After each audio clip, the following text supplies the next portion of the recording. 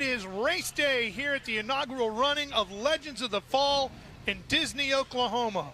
A little bit gloomy outside, gray for the first time all weekend long.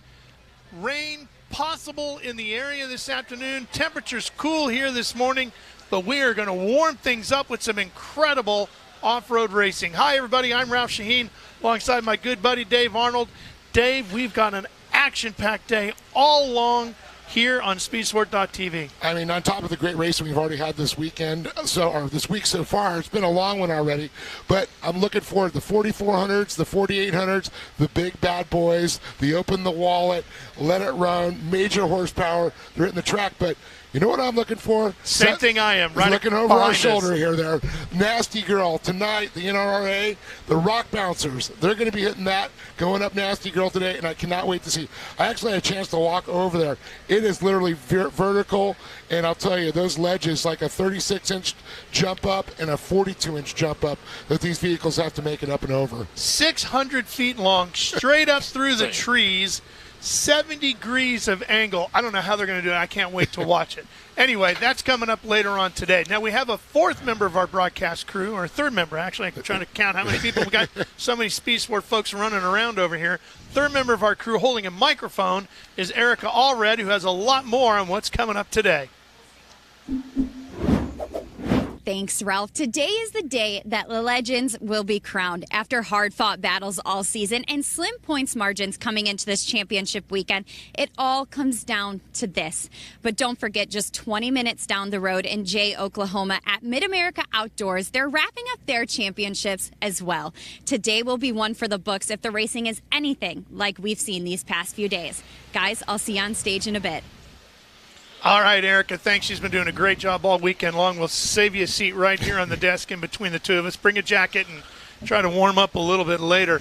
We've had so much going on here all weekend long with the racing, but along with the racing has been some massive announcements, and I had the opportunity to be a part of it in downtown Disney last night here, where we put on a huge show in front of the race fans and made the announcement in front of everybody about what's coming to the future of Mid-America Outdoors and Disney, Oklahoma.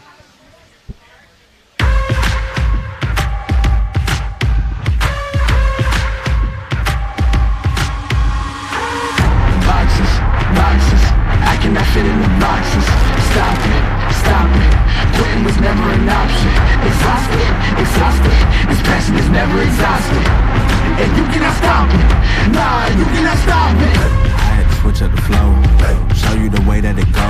God is good, but his life is hard, but it gets better when you grind it smart. I'm just really trying to leave a mark. We tired of being who they say we are. That's the time we gon' take it far. Always been real, we don't fake it all. Tired of 9 to 5, just making enough to survive. Only living on the weekends. You really thinking that's why I'm alive? Listen, not the scenes, time to live my dreams, do the things deep inside of me. This life, it continues with fighting me, but I don't have quitting inside of me. I stop a flow, make a living break. Confessions over these 808s. Don't sleep on the key, better stay away. I mean, for heaven's sake, I'ma be the best. Came from the endless, I ain't with the games, bitch with the chest. Beating on my chest, trying to get my rest. Watch me while I flex. Every win is a blessing, and every L is a lesson. So when I run into rejection, I know it's only redirection. I see the blessings right beside me. The chances of quitting are likely. I do it like I'm in my Nikes. Don't make excuses, they never excite me.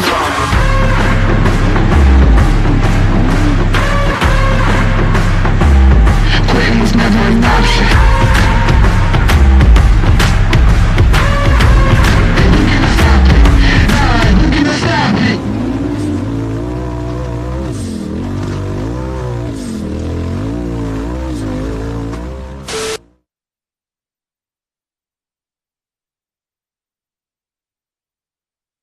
Nitro Circus and Mid-America have teamed up, and we are going to build a one-of-a-kind, family-friendly action motor park in the center of America, Mid-America, Jay, Oklahoma.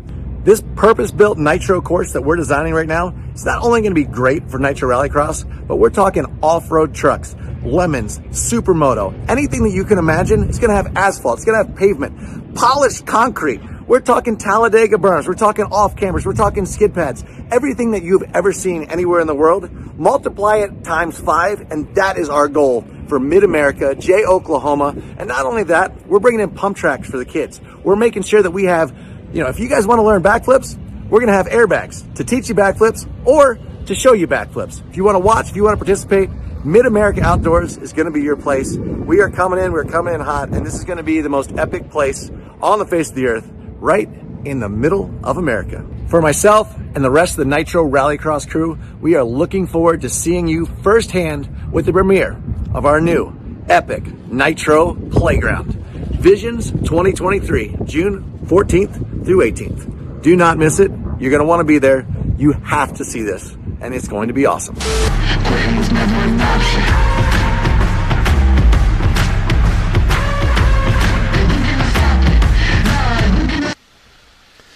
Dave, we cannot stress how big of an announcement that is that Travis is bringing all of his craziness to this beautiful part of the country here in the Sooner State. Well, I'm looking forward to it. I mean, this is a mecca of playground here. I say it's the Disneyland of off-road and craziness going on. I mean, there's hundreds of miles of trails back there that they could do, and I've seen them take their UTVs through the woods with, Pastrana. I think there might be a few spots they might be able to throw in a foam pit here or two.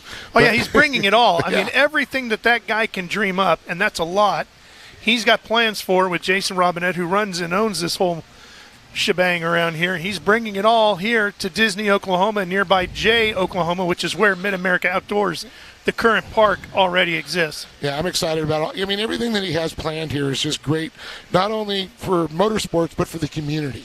And that's one of the great things about it. And I think it's going to bring a lot of tourism and business here. And what he mentioned in the video clip there is how much of it's going to be geared towards the kids and the youth. He wants them to have the opportunity to witness this stuff in action when it comes to extreme sports and or participate and learn properly if they choose to do so, and mom and dad say it's okay. Well, that's one of the great things, I've had the, chance of you have with the kids and, motorcycles and all that, but there's not exactly a freestyle, school for kids or, even he could teach them to drive UTVs, rally cars, right, all the different supermoto safely, and that's what I really like. There's so many different aspects. Well, think of all the goofy things we did of our generation in the front yard, on the driveway, on the street, going by on our bicycles, on our Schwinn's, no helmets, bad jumps, your buddies all laying down on the other side of the jump. Now you're going to be able to come here and learn how to do all this stuff properly in as safe an environment as you possibly can do it. And there was one other thing in that announcement you might have noticed at the end. Champ Off-Road, the Amsoil series. We can't tell you everything. We've been privy to a little bit of the information, but coming in the next few days is going to be a major announcement about what Champ Off-Road has planned here in this part of Oklahoma. Yeah, and I'm really excited about it. I have a lot of short course background there, and one of the kids I actually watched grow up that we talk about, Ricky G, he was one in that video, so I'm very stoked to see that. I mean, as great as this place already is, the couple of things that hadn't been here now looks like they're coming. What's left, right? I got to think outside the box. I think Jason's already thinking outside the box of what possibly could come next. Jason Robinette, that's the man in charge of all of this, who has the vision, who has the dream. He's making it all happen, and the folks here in Oklahoma are about to become the epicenter of the entire off-road world and everything you can think of in extreme sports. Action sports, the new home. This is it. Get used to Disney, Oklahoma, and Jay, Oklahoma. If you love action sports, off-road, extreme sports, this is your future destination. We've got a lot more coming your way from here. Stay with us on SpeedSport.tv. Bronco, an American classic, returns. And it only gets better when it's outfitted with the right gear. From bumpers to winches, rigging accessories, suspensions, body armor, and wheels. You need a full array of gear to outfit your Bronco for adventure. Get them now at warn.com.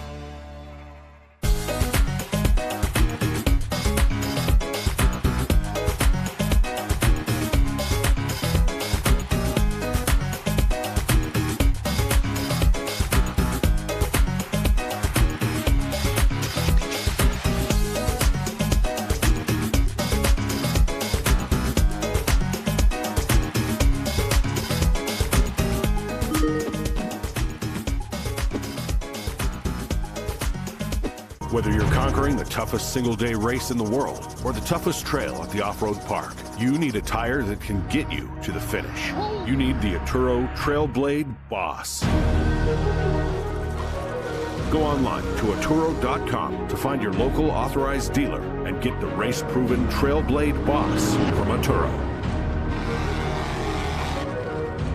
Atturo Tires. Go your own way. The Ford Bronco is back, and 4 Wheel Parts is your Bronco aftermarket headquarters. Whether it's a wheel and tire upgrade you need or an all-out overlanding build, 4WP's expert staff and lineup of in-stock products are ready to help you do your Bronco right. Build your Bronco at one of our 100 stores nationwide or shop online at 4WP.com/Bronco HQ. So I'm here with Dwayne Garrettson, part of the 4500 Yukon Gear and Axle Modified class, the Ricky Bobby of Ultra 4, and we are here at South Grand Lake. Look, it's absolutely beautiful. Dwayne, what do you think? Man, this is an awesome place to be here. I'm excited about this new venue. You know, we've wreck-wheeled here for, you know, probably the past 10 years, so I'm pretty excited to actually finally have a full-blown event here. So what is your favorite trail here at the Disney Langley Recreation Area? Man, I guess I really don't have a favorite trail like I like to run, but you know, of course Viagra is definitely the draw. You know, you see tons of action, tons of rollovers, you know, tons of success, but you know, tons of failures as well, so it's always a good time. Yeah, it's a great place to race, and we're here at the Method Race Wheels Legends of the Fall racing for the Nitto National Championship, and it comes down to the wire. You're top 5 in nationals. You're, I think, 2nd or 3rd in the East, if I'm not mistaken. You got a good year going. Yeah, we're last year we won the championship. You know, we pretty much had it locked in before we got to the national race, and this year with the double points folds, it really opened things up for all the classes. It's interesting, isn't it? So nobody really has it locked in, so it's going to be a great weekend. You know, we do have an opportunity to maybe squeak into the top spot nationally, but we definitely have, you know, a lot of room for the East Coast Championship as well. Yeah, it's going to be exciting to see. And like you said, you've been wheeling here for a long time. I've wheeled here myself for a long time, so we've probably crossed paths out there in the rocks before. But I'm so excited to have a Ultra 4 USA here at the Disney Recreation Area. It's going to be an amazing race, but there's much more than just that. I mean, Friday night, trunk or treat downtown. Casey Donahue. I mean, what are your thoughts about all that? Man, I think since MAO has come in, you know, and taken over the Ultra 4 USA, things have just exploded, man. They definitely want to have, you know, top-notch racing, but, you know, they want us to have a good time. Yeah, so, I mean, it's an event with a race going on as well. I mean, the Robinettes are all about that style, and it's really been a lot of fun this year. Oh, yeah. For us, you know, we're a 4500 class, so we're never the main event. So, you know, some of the big party action might take a little bit away from the 4400 guys, so they might feel like we do now. But overall, man, it's pretty awesome. Yeah, and it's just been a great year. We've been racing all season long. It comes down to this, and it's your race. You know, we'll see how it all shakes out, but I'm excited for you, buddy. Oh yeah, man, we're excited too. We just can't wait to get out there tomorrow and do a little pre-running, see how the car works, you know, see if we can dial a few things in, man, and get on that box. And talking about pre-running, I think that's extremely important because there's a few water crossings you need to memorize. We have them pretty marked out, but you know, you don't want to hit it too hard. The rock crawling here is going to be absolutely amazing. So I'm excited for you to get out there on the course and give us some feedback. Yeah, oh yeah, me too. Like I said, I've never had my Ultra 4 car here. So I'm pretty excited just to see what it's going to do and how it works, and we're pumped, man. What was your favorite race of this season so far? Man, I don't really know. I want to say probably had to be. It wasn't an Ultra 4 race, you know. Everything kind of got twisted, but it was probably the 918 race that we had early on in the season. First one. It was the first time that we got to go to Mid-America. You know, it was 16 degrees when we're pre-running. It was 34 degrees during the main race. And then it snowed on you. Yeah, it was the true testament of endurance racing, man. It was a blast. So what do you think about Mid-America, the off-road park itself? Oh, the off-road park is top-notch facility, man. You're not going to go anywhere in the United States and find a nicer park than you're going to find in Mid-America. We've been all over the world. We've been, you know, in rock sports, you know, nationally since '07. So I've seen some parks. I've seen a lot of things. you're not going to find a better facility. Yeah, it's absolutely amazing out here, and we're just a half hour away from the park. They've got the side-by-side championship series going, so in between live feeds, we'll be bouncing back and forth with them. They've got their own trunk or treat on Saturday night, so you have time, you can go over there. It's free to the public Saturday night as well, so you can go check that out. It's just going to be a great weekend. I mean, it's Legends of the Fall is coming in full force. Yeah, man, we're excited. We brought some bunch of candy and stuff for the kids too. We like to see them little guys and gals in their little costumes. I mean, man, family first is what we're all about, for sure. We're excited about everything. All right, guys, thank you. Welcome back to Disney, Oklahoma. You can see the beautiful fall colors as the leaves are changing all around us here. That's just across the spillway here from behind our stage. And over there is where you find Nasty Girl, where they're going to be crawling up that thing, bouncing their way up, as they say, a little later on. 600 feet long, 70 degrees of angle, no traction whatsoever. Fastest guy to the top wins, right? Oh, yeah, it's all time, based on time all the way up. And these guys, the championship will be decided. I was actually, when I got a chance to walk over there, when our gentleman was on the show last night, talked about, man, I don't know if a little rain, a little drizzle, it might get a little slip. It's going to be crazy. Leaves falling, all that. Man, it's going to be nuts. But you know what? This isn't the only place where there's racing going on. Yes. Mid-America Outdoors. How far? It's 15 minutes? Yeah, about 15 minutes. About 15 minutes. It's actually in what is known as Jay, Oklahoma, just down the road.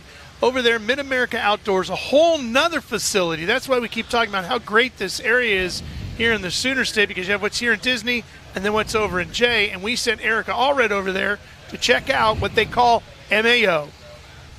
Joining me is Mid-America Outdoors Marketing Director Christina Davidson. Christina, not only is this a one-of-a-kind race facility, but there's so much more depth to what you guys have to offer. Can you talk me through all of that? Yes, absolutely. We are a destination for not only racing, but for outdoor and off-road riding, entertainment, and fun for families to come enjoy. We have the park has cabins, RV sites, bathhouses, shower houses, a pool complex, playground, all kinds of things for families to enjoy. And then an entire weekend or an entire event here, they can do all sorts of things to enjoy being outdoors. This truly isn't just a race venue, it's a destination, and you all have really created and curated that experience for so many families with all that you mentioned. Why do you guys take it this step further and do what you do?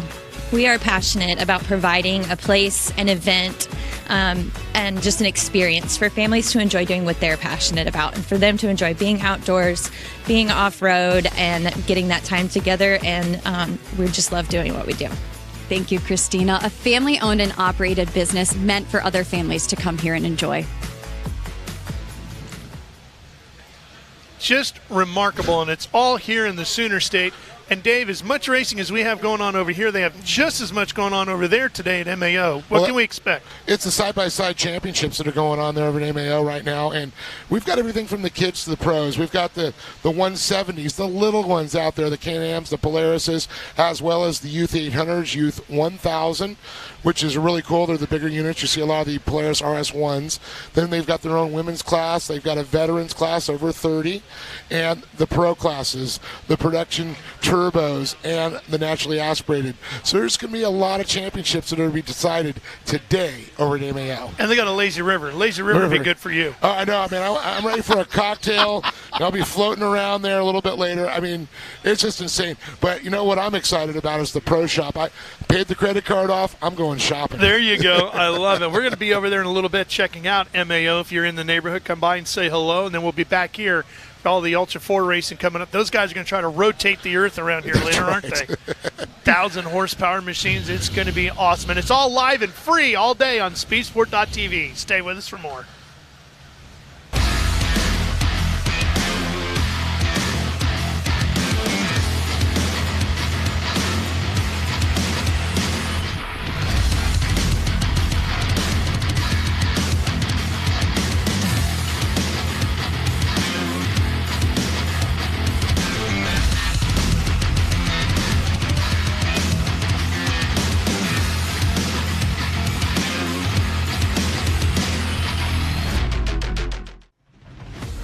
Rocks, sand, heat. Life off-road is tough. We wouldn't have it any other way. If AMSOIL products are designed for this kind of punishment, Think about what they can do for your daily driver. Upgrade to AMSOIL protection today and get fast free shipping from AMSOIL.com. We're back, and Erica has made her way out of the woods to join us over here. I mean, it's like it's not hard to get lost around here, is it? Oh my gosh! One of the other nights we were trying to find the NRRA hill and be able to witness those rock bouncers. And it was absolutely insane, the terrain we were going over to try and find them. It's just truly a really cool and scenic facility. For you and I, it's the first time we both have been here to Disney, Oklahoma, and over to Jay at MAO. What did you take away from this? To be here and to be able to witness this season finale event has been truly incredible. Between Mid-America Outdoors Championship Series, the Ultra 4 USA, and the National Rock Racing Association, the racing that has come out of here has been second to none. It's truly been incredible to witness. Dave, you've seen every major off-road facility and racing event around the world. How do you rate this place? I'm going to say it's one of the top places I've ever been. I mean, just the facilities, the people, so nice to deal with. I mean, the cabins that they have over set up, the wet camping, dry camping, the pro shop, the pool, the lazy river. There's so much to do. Plus, not only the racing going on, the trails. So if your family comes out here, you're just not pigeonholed into watching the race. A lot of facilities that we go to, as you well know, you're there for the race, you're out. That's it. This has so many things to do with your family. That's the best part about it.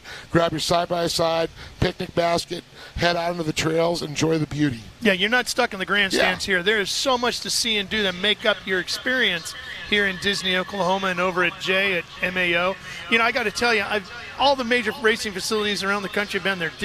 Indy, Daytona, Sebring, you mentioned have been there. They're all incredible. And I think this is the first time I've seen an off-road facility that has taken the same approach to how they put their events on. It is truly something that is now officially a bucket list if you're a race fan.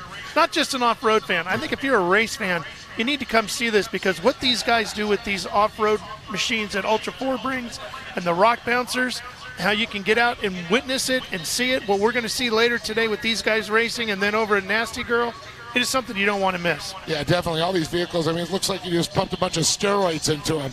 I mean, we see the guys that go jeeping and all that, but when you see an Ultra 4 with up to 1,200 horsepower, 40-plus inch tires that are just tearing up the terrain, the rock bouncers going vertical and bouncing their way up. The average side-by-side is not going to do that. To me, it's very similar to NHRA drag racing. You just can't explain nitro. Exactly. You just have to be there and hear it and feel it to understand it. The sound, the chest pounding that you feel at a drag race, you could feel it when these Ultra 4s take off the line. You just feel that horsepower, the energy, the excitement that it brings. And when you see, Erica, what's coming in the future, we have the announcement from Travis and the Champ Off-Road stuff coming.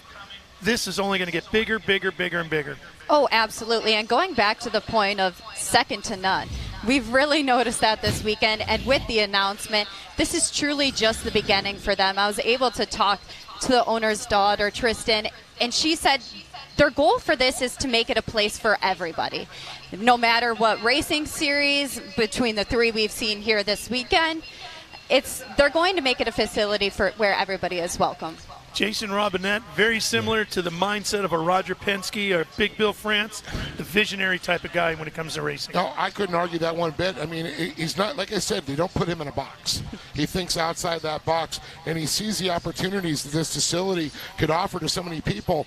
And it's great. He's willing to work with all the different series so there's no conflicts. Everybody can have a home, because we are one big family. I always say we're a little dysfunctional, but nevertheless a family. Yeah, and he's got the resources, and he's not afraid to put those into this. And what I really love is the state of Oklahoma is getting behind this too and helping him make it all happen. Well, for Erica and Dave, I'm Ralph Shaheen. Thanks for joining us here on SpeedSport.tv. We got a lot more coming your way, and it's all live and free today. Stay with us. Let's go racing with the guys over. Well, thank you, Ralph and SpeedSport. Good morning and welcome. We're about to kick off the 2022 Method Race Wheels Legends of the Fall. I am Miles Haskell along with Jim Marsden, and we are about to get this party started. Jim, it's going to be a great day. Oh, Mars, it's so good to be back here. Well, I say back here. It's for my first time here. I'm getting so confused. Mate, Disney, Oklahoma, hasn't this place delivered already? The racing yesterday was absolutely insane, and today is just going to kick off massively. Yeah, it's going to be very similar, except for a few more lines today. It's going to be a very interesting. We'll get in that here in just a minute. But, Mark, I'm going to introduce you to Mark Welch. He raced with us yesterday in the 4900 Can-Am UTV class. Had a lot of fun doing it, and you stayed safe on course, and you're going to help everybody else stay safe on course, aren't you? Yeah, definitely. Well, lead us in, buddy. All right, I'm going to say a prayer. I don't know why anybody would ask me to say a prayer, because I'm pretty shy. But here it goes. I just want to say thank you, God, for bestowing the fortune upon all of us that we are able to be here racing and hanging out and watching racing.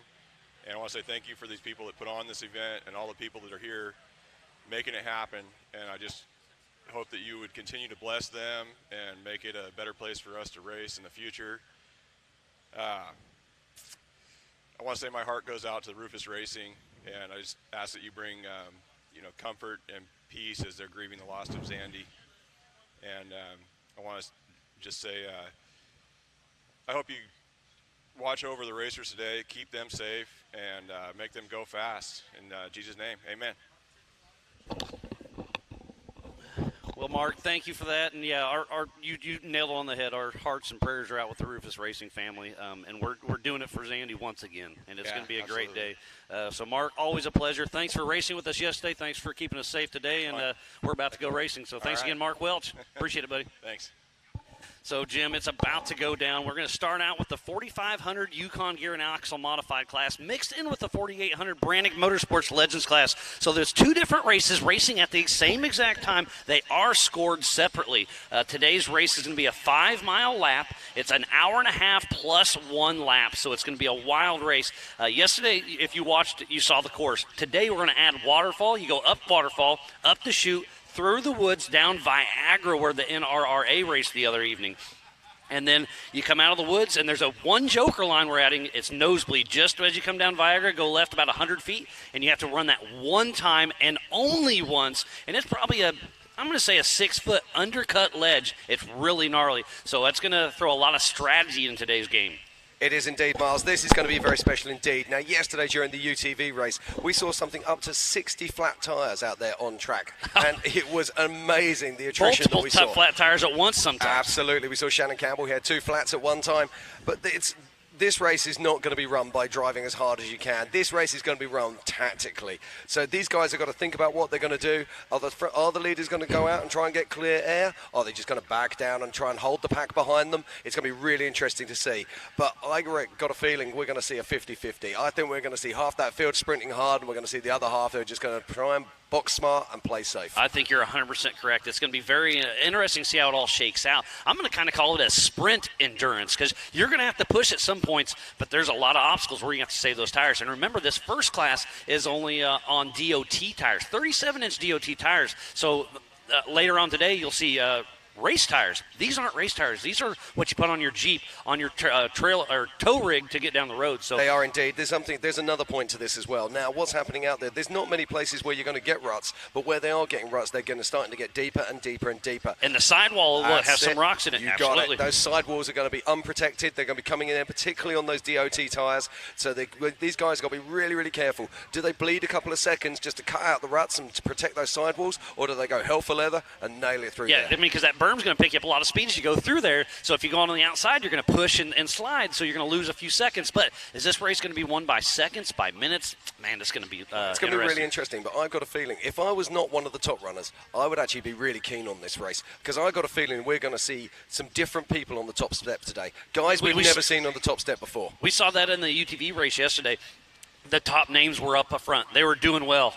Dropped out. Paul Wolf, Jamie McCoy. We saw it on and on. Shannon Campbell was up there out. Adam Kennett, he had a great run. Last lap, lost something silly. Absolutely. Terry Madden, same thing. I mean, exactly. And it's always going to be that small part that lets you down. This course is so unbelievably unforgiving. It is just brutal in every sense of the words. Then, of course, we're throwing in those extra lines. We've got the waterfall, we've got the chute, we've got the woods, and as you say, they've got to go one time up Nosebleed. Now, Nosebleed's one of those really interesting little trails. You're saying it's like a 6-foot jump up. It's actually not. It's even worse than that. It's like it's undercut. Yeah, it's undercut, and it's like a triple jump. You have to get it in the right place.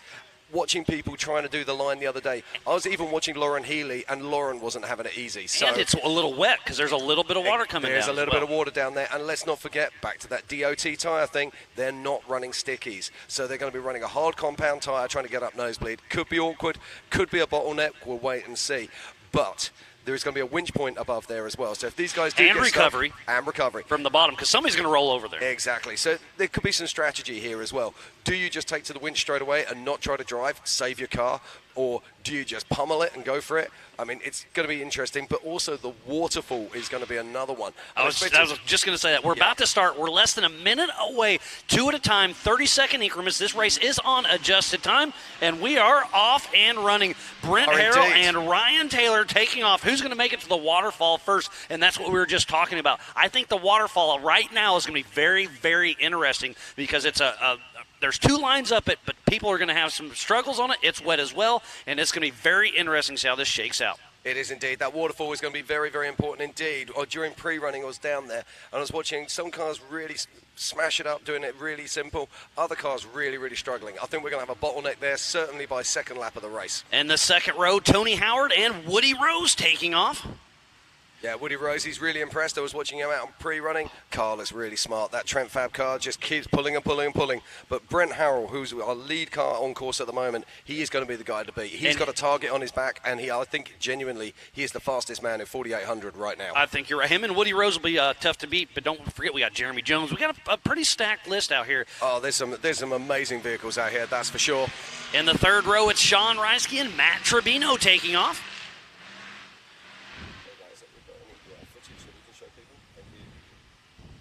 Okay, now we're back out on course. We're going to be starting to see our lead vehicles picking their way down through here. So on the right here is coming down Viagra, so we have to go down a little bit further around the corner, and we'll see the first little waterfall section. Yep. So we're just hanging around. And look at the great crowd already out there checking it out. Indeed. So this is the backside of the course, and the lead cars won't be down here for about another minute yet, I wouldn't have thought.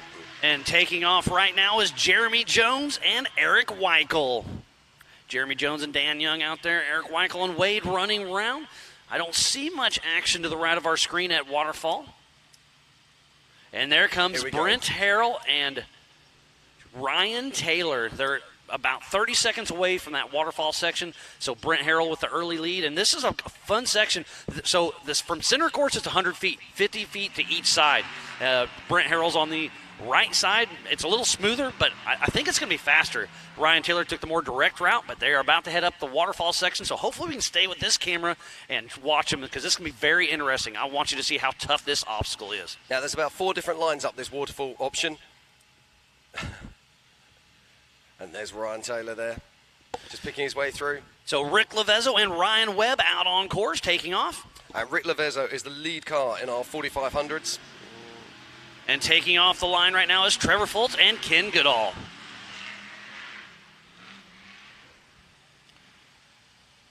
Okay, so our lead cars, it looks like they have already been up the waterfall.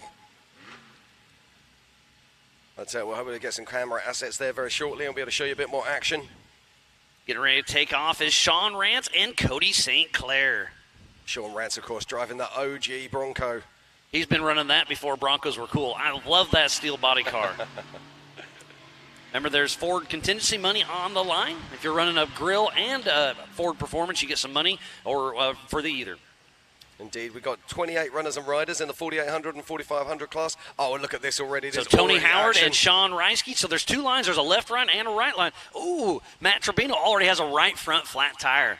Yeah, that's bad break there for Matt. Sean Reisky's giving her the juice. It's a pretty tough little obstacle right here. And Matt Trevino with that right front flat tire is going to be tough. Yeah, now this is, of course, this very, very difficult indeed. Now, Matt Trevino is coming up into the block hole, but he really could, if he wanted to, there's a crack on your right. There's a crack on the right-hand side. Off the line right now is Brian Trimp and Garrett Humston. And all this time, these guys are held up. Those lead cars are getting further and further away. And it's probably backing up more and more behind them. So we'll have 28 cars taking on the line this morning. Yeah, Matt Trevino left the line in 6th position, so already look at this stack of cars here. So Sean Reisky, I think this is going to be the better line for him. Yeah, Sean Reisky there. Oh, gets a little bellied out. There's Travis Cook ready to help. I personally think that this is the line. So this is what we were worried about. So now it's Brent Harrell and Ryan Taylor really running away with this race. Now it's starting to bottleneck a little bit, and people are going to get impatient. So what if this is no outside assistance other than MAO and Ultra 4 help, but fellow drivers and competitors can't help. So if it was me, if I was 5 or 6 cars back, I'd send my co-driver out there to help them get up. Absolutely. That way I can get up. Yeah, equally, I might be tempted to leave my co-driver there. I've heard some strategy about that, especially on the Joker line. Yeah. So Dwayne Garrettson and Diesel Crinch just took off, and Greg Neff and Ned Lamming. Yeah, okay, so we've got already this, we've got one of our course workers helping Sean with his winch. It's like a winch, but it's much smaller.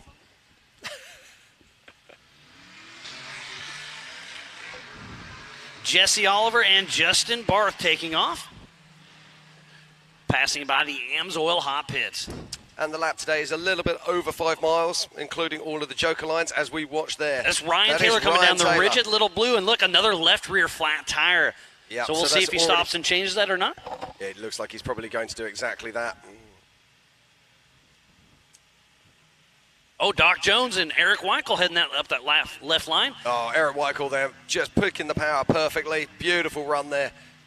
So Rick Levezzo trying that left side. Now, Rick Levezzo is our lead car in the 4500s, qualified very strongly yesterday. Shelby St. Clair and Troy Digby taking off. Sean Reisky still struggling on that right side. Yeah, it looks like he's actually, I think that left front's not pulling. I think you're correct. So it looks like he's already had a bit of a break, and look at that. These cars are starting to power their way up there. Yeah, left front is not pulling. Tough it's not pulling at all, and there's winching to the side as well, so tough break there. Taking off the line right now is Brian Moore and Andrew Gorman. Sean Reisky still struggling. There's Ken Goodall and Rick Levezzo both in the 4500 Yukon Gear and Axle modified class. Tough break for Sean Reisky. Yeah, Kenneth Goodall. Kenneth's got his son Logan riding shotgun with him. This is one of those obstacles. It's very difficult to drive up to and have a stop. You've really got to have a flow as you approach it so you can keep that momentum beautifully done. Yeah, momentum is key, absolutely. Yeah, Sometimes you have to get up there and give her a good bump.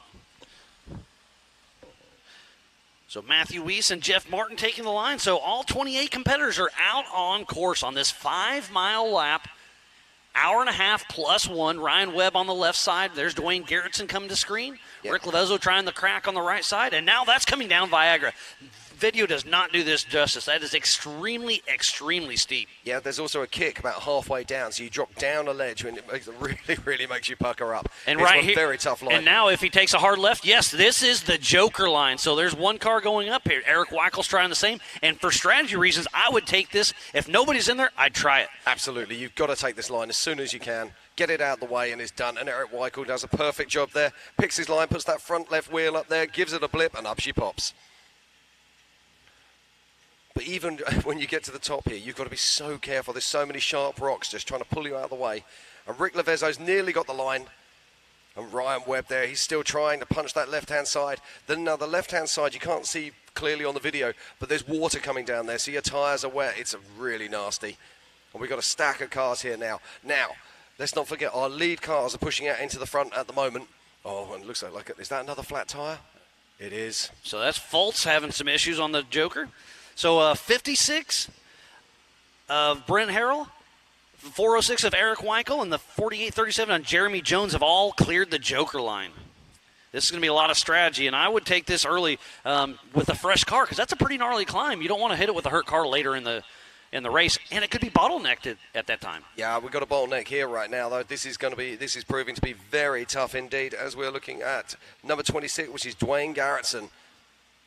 Now, we saw Miles interviewing him earlier today, and he's supremely confident about his chances in this race. Let's see what he can do. And getting through my PCI race radio, it sounds like the 4561 of Cody St. Clair is already out of the race. Tough break for him. That's a real shame. Cody's one of our seasoned competitors. That's the 4514, just making that look easy. Troy Digby there, just crawling on up. Yeah, Cody And St. Dwayne Clair has Garrison a finally finds the line. Now, are we going to get lap traffic here when these lead cars come back round? Are there still going to be people trying to get out that waterfall?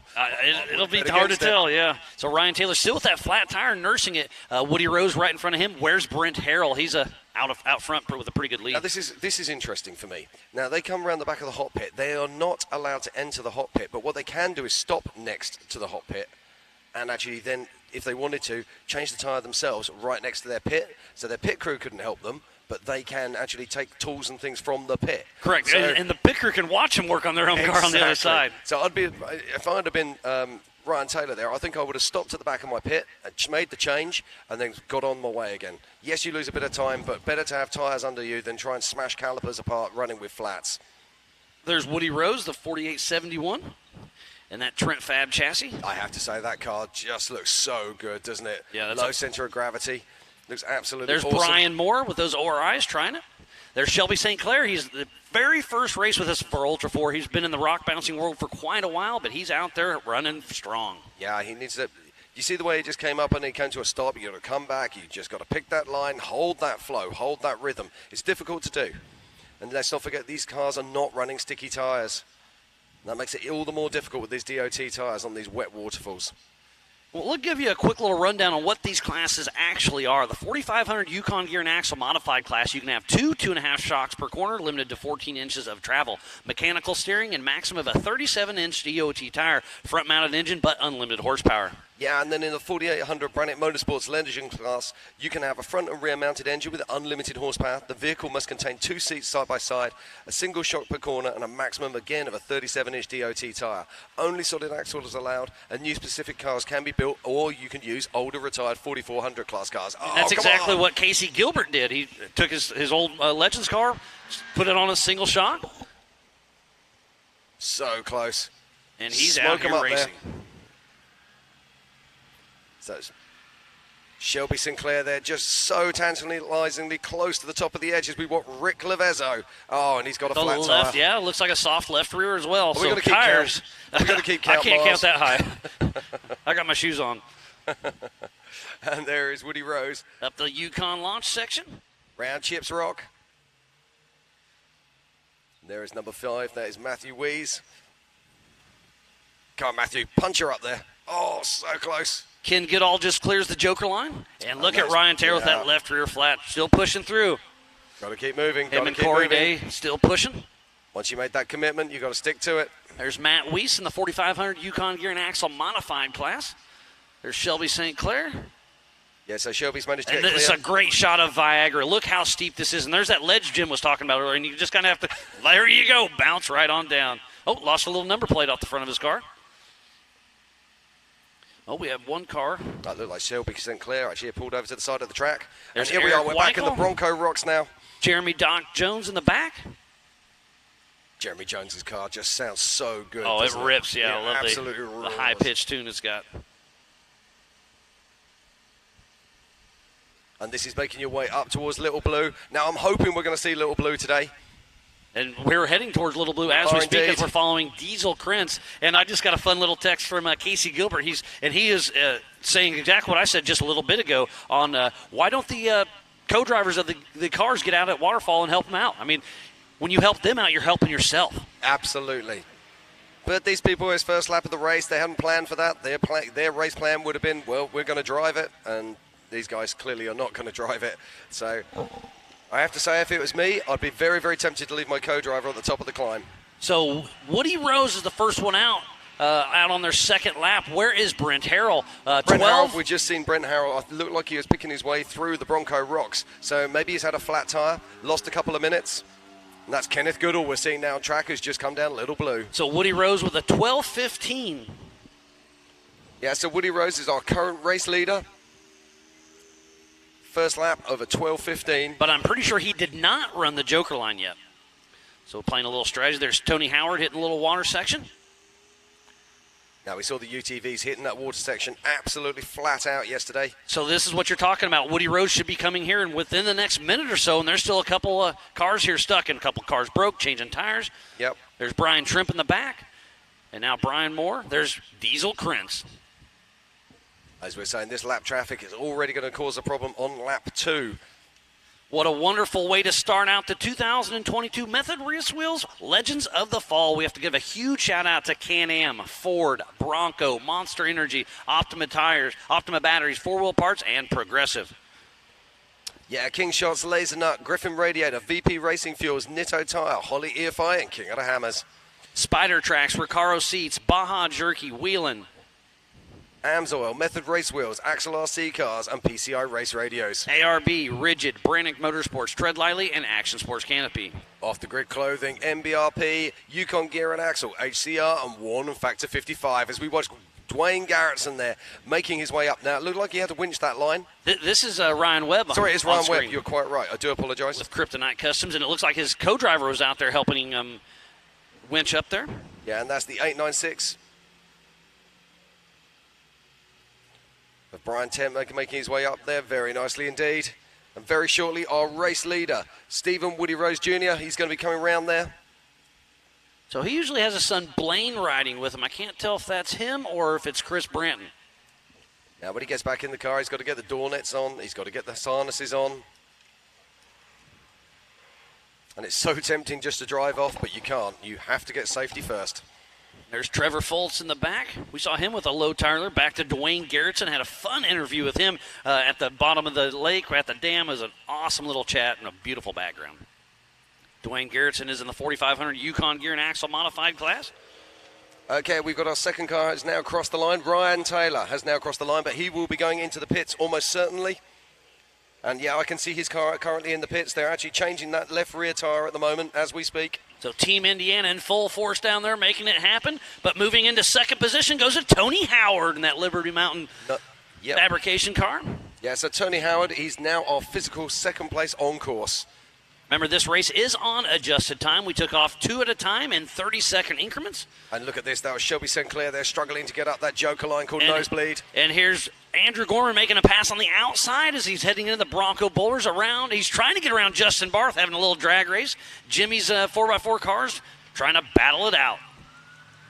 Yeah, we're already starting to get more cars. Brent Harrell's now across the line as well, as has Ryan Taylor and Eric Weichel.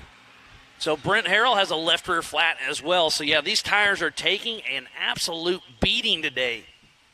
Yeah, we're less than 2 laps in, and we're already seeing multiple flats.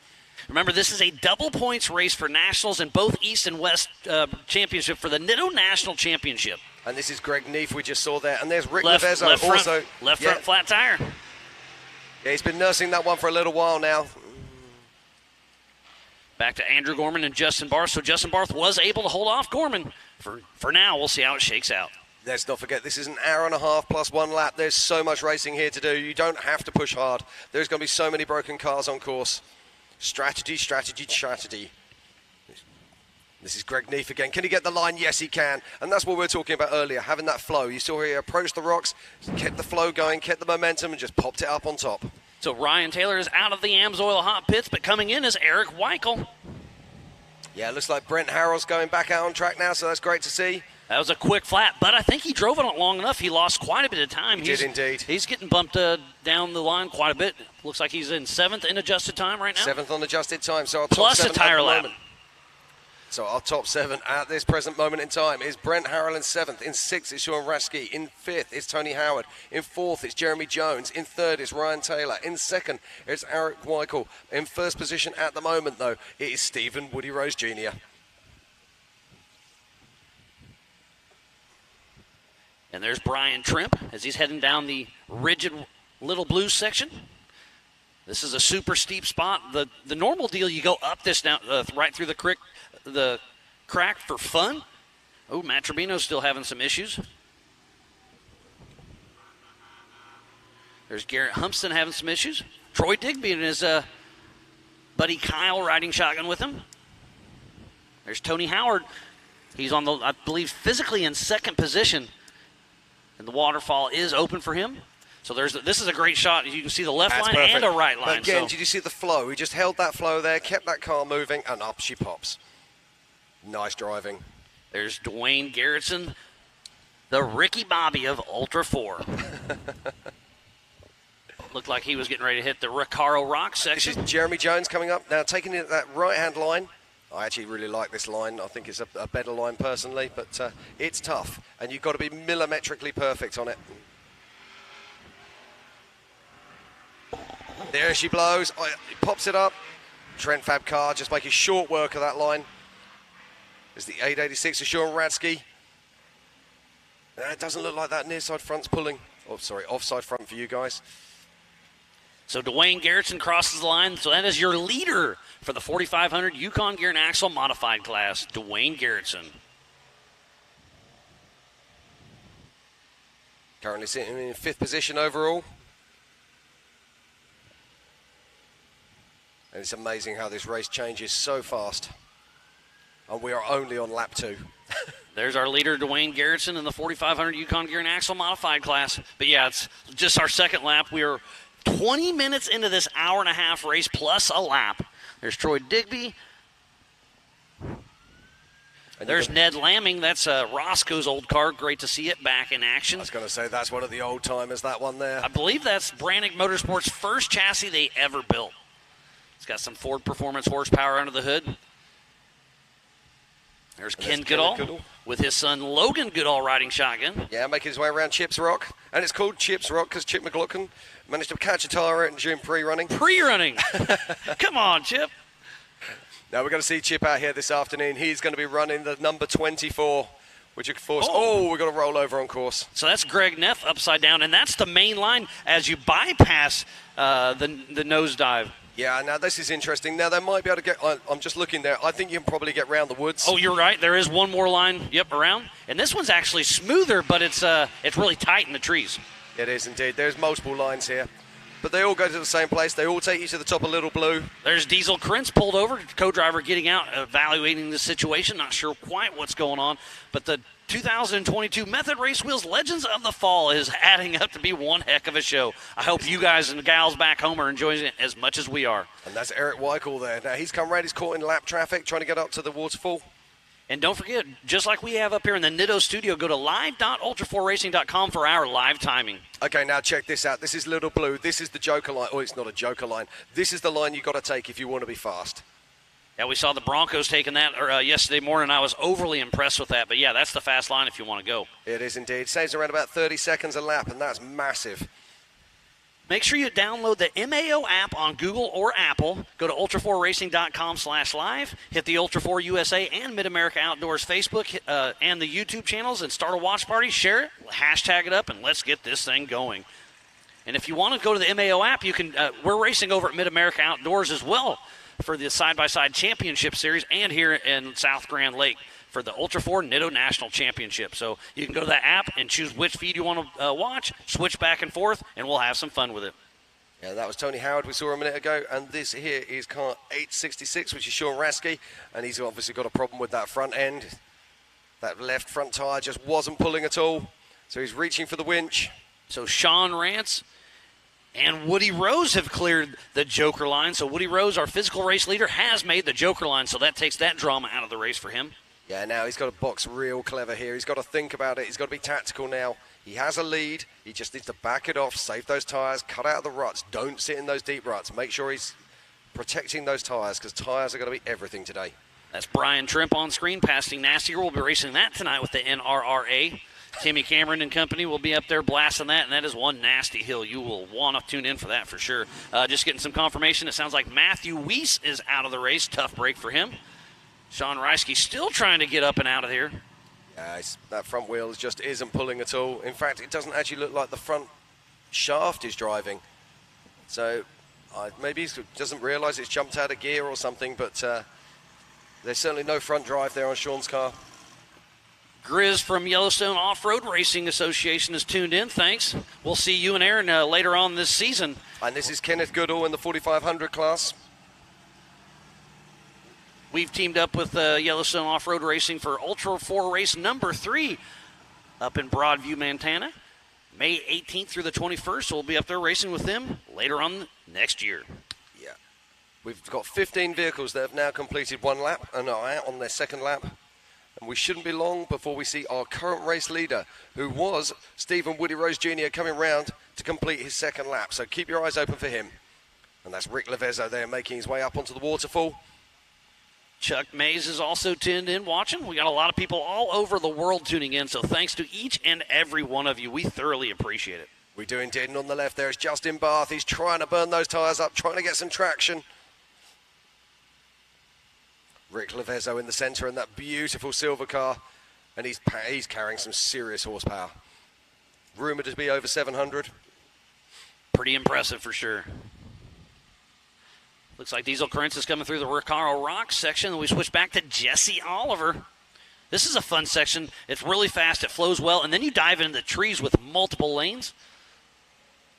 And this is one of those sections you have to be so careful not to catch a sidewall. There's Shelby St. Clair. We saw him having issues earlier. Great to see him moving once again. That's an old Tribe 16 car he just purchased from Dana Hale. Great to see all the Tribe cars out there running. I believe that was Tony Howard, and he's running up front still. Yeah, I don't think there's going to be many cars today who are actually going to be able to clear this course without having a problem, that's for sure. And still, Justin Barth is trying to force his way up the waterfall. Rick Lavezzo's obviously moved on. There's Garrett Humpston on the right side. Makes that, almost makes it, but fell in the crack. He'll have to back up left. It just looked like he had it there, didn't he? I think we're back with Tony Howard now, is that? Yep, back to Tony Howard, heading the Bronco Boulders. And these boulders are massive. The camera really struggles to show them in the shadows. But you've got to take so much care there. There's Diesel Krentz heading into the AMSOIL hot pits. I love that car. That reminds me of the sport, the Poison Spider. Yeah, the Crispy. Yep, absolutely.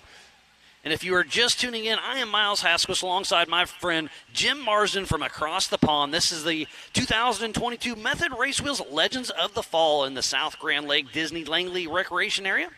Okay, I think very shortly we're going to see our current race leader, who's Stephen there he Woody is. Rose. There he is. He's crossing the line and will be starting his third lap.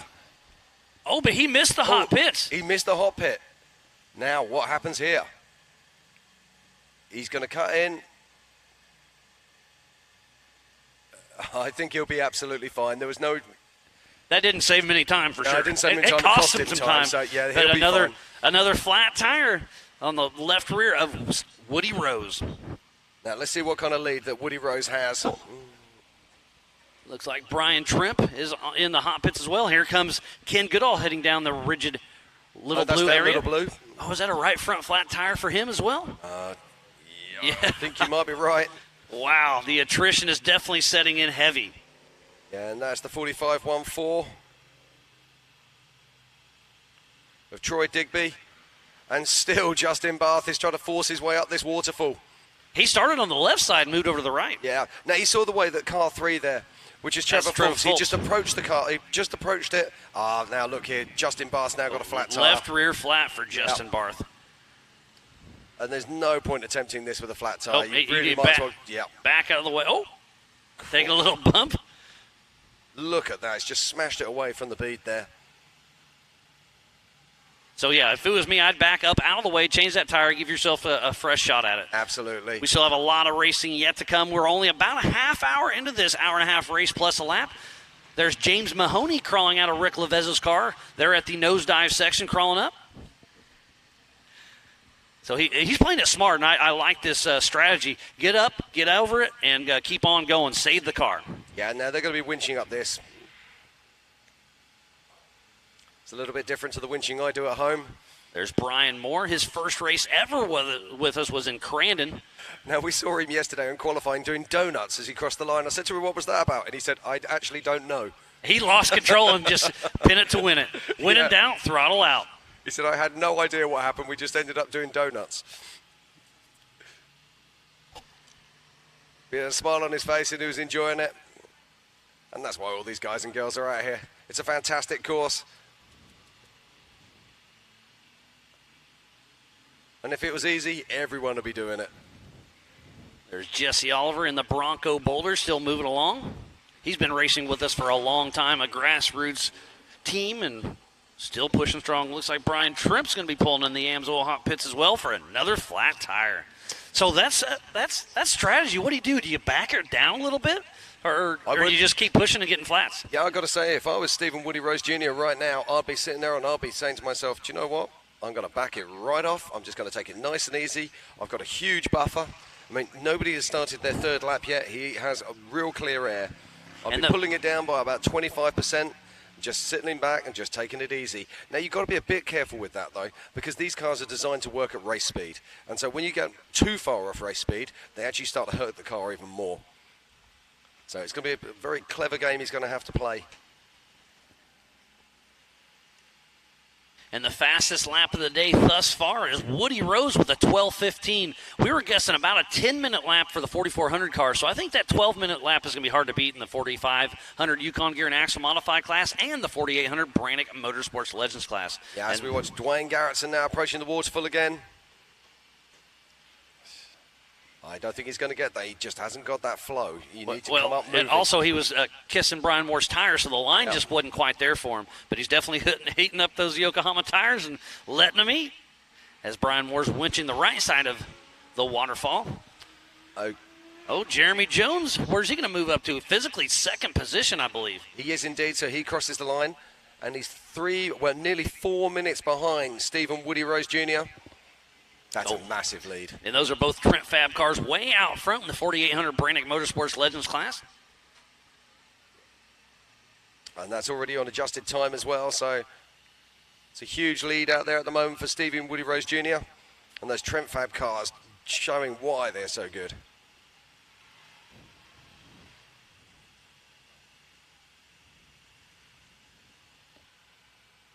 And Tony Howard crosses the line as well to start his third lap.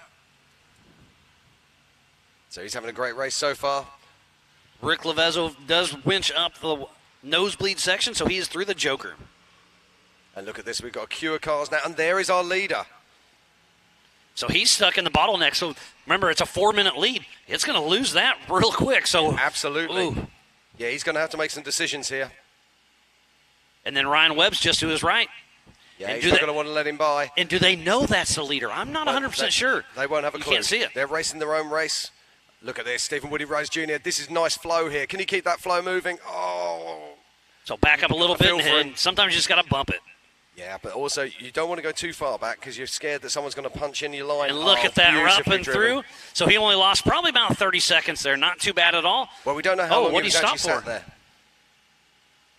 Woody Rose, our physical race leader, has stopped at the top of waterfall section. There's Dwayne Garrett making it up the right side. Yeah, Dwayne there done a nice job. And look at the parking lot at the top of waterfall. And there's Kenneth Goodall. Still with that right front flat tire. Yeah, just and picking his look, way. He's already changed it once. I don't see a tire on the back. No, I think you're quite right. Justin Barth with a left flat and a right front flat. So, yeah, he's going to have to make some decisions. I'll be changing the front. It looks like that wheel's completely destroyed on the front. So I don't think he's made it up the waterfall section. So now he's got two flats. What are they going to do? And that's after waterfall. He's already come down Little Blue by the looks of it, and he's sitting back round by the gravel section. Okay. There's Jesse Oliver heading through the Method Race Wheel start-finish line, heading out for his third lap. And Brent Harrell has also now crossed the line and is coming through for his third lap. And Eric Weichel, he'll also be coming through very shortly. So Eric Weichel with a great run under his belt. As we watch Jeremy Jones making his way up the waterfall in the Trent Fab car, making it look very easy indeed. Okay, let's just have a quick look at our top five. In fifth position, we have Brent Harrell. In fourth position, we have Eric Weichel. In third is Tony Howard. In second spot is Doc Jeremy Jones. And then it's the young man himself, it's Stephen Woody Rose Jr., and he's absolutely killing it out front at the moment. As we watch Shelby Sinclair trying to make his way back up that waterfall one more time. And, Jim, you were absolutely correct. I'm getting confirmation from on course that Justin Barth is at the bottom of Little Blues. But now with a broken wheel and a flat tire. Don't worry, man. I got you. Yeah, I'm hoping we can get some more footage from Little Blue because that's one of the major players on this course. There are so many multiple different lines, and you can save up to 30 seconds by taking differential lines. I'd really like to know what our leader's doing there, which line he's taking. There's action all over this race car. It's absolutely amazing. Looks like that's Sean Rance coming through the water crossing section just before the start-finish line. Yeah, and he could well be our sixth car. They'll be starting their third lap. So he may be in the lead for the 4,500 Yukon Gear and Axle Modified class because we're watching Dwayne Garrettson struggle a little bit. We'll soon find out. Which lap's he on? Now. I'm not sure which lap he's actually on. I think he might still be on lap 1. He may have just finished his first lap, so he had some issues out on course. But now he's in the Amsoil hot pits. Hopefully he can get it squared away. And there's Kenneth Goodall. Kenneth Goodall. He just cleared the Recaro Rock section. Also carrying a flat tire. And it's the 896 there, Brian Temp. Oh, he throws it up onto the waterfall, but just can't make it quite stick. And there he makes it up on the right side. Yeah, beautifully done there by Brian. And look how big that crack is on the top. And then if you follow up here, it's an awesome half pipe. Before you head down to Viagra.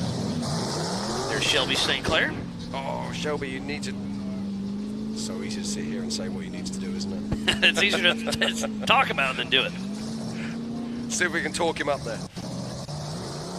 It's all about the flow. Keep it moving, keep it... No. Frustration level 10 watching. Dwayne Garrettson has cleared the Joker line. And there is car number 3, which is Trevor Fultz, of course. We saw him with a flat tyre earlier on. But then I don't think there's many cars we've seen that haven't had flat tyres. There's a lot to be said there. There's a little bit of steam coming off the Fultz car, I'm not sure. Yeah, don't forget, though, the engines will be getting hot now. The transmission will be getting hot, so you're going to see some breather smoke. As we're watching Ryan Taylor there.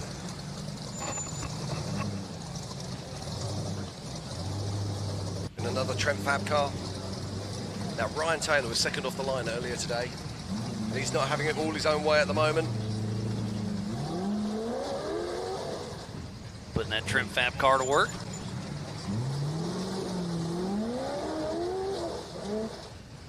The difference between getting up these hills and not getting up these hills is literally a few millimeters. And there he goes. Finds the line, punches it up, and away he goes. We got one of our course workers, Seth, out on course. He said the majority of cars coming to the Yukon launch staircase section with flat tires and destroyed wheels. So it's a common theme out there on course, just like we're seeing. Yeah, and that's Tony Howard there. Made short work of the waterfall on the left-hand side. So great stuff there from him. I believe that is... And we've now got 6 cars that are on their 3rd lap. In 6th position, it's Kenneth Goodall, who is also leading our 45 modified class.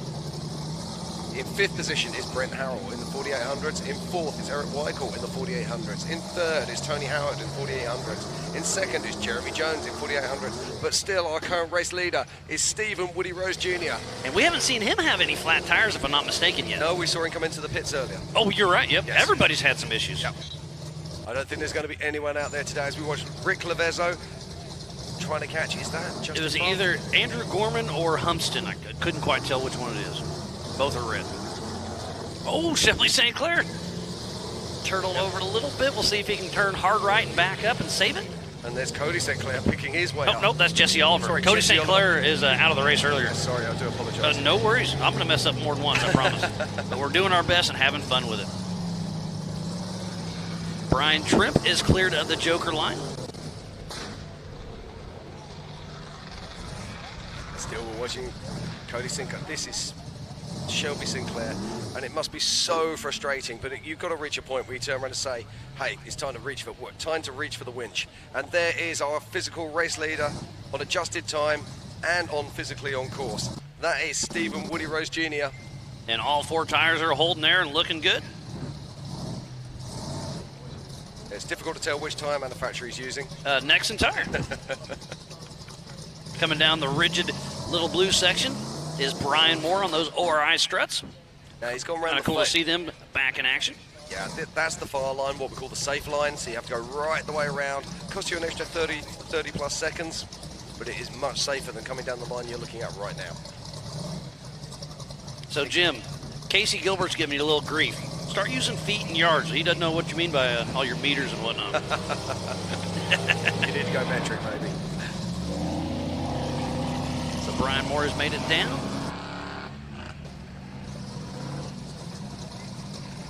That is Brian Tripp right behind him, both in the 4800 Brannick Motorsports Legends class. If it helps, 1 meter is about 3.5 feet. Is that okay? That's all right. Very close to a yard. All right. Yeah. I'll try and go Woody here. Rose is still pushing strong. There's a reason. Oh, hello. It looks like he's very low on the suspension at the moment.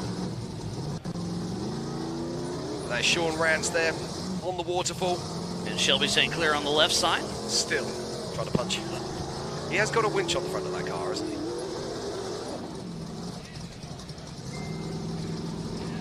I just heard somebody, yes, and it works. Yes, and it so works. he may need to use it.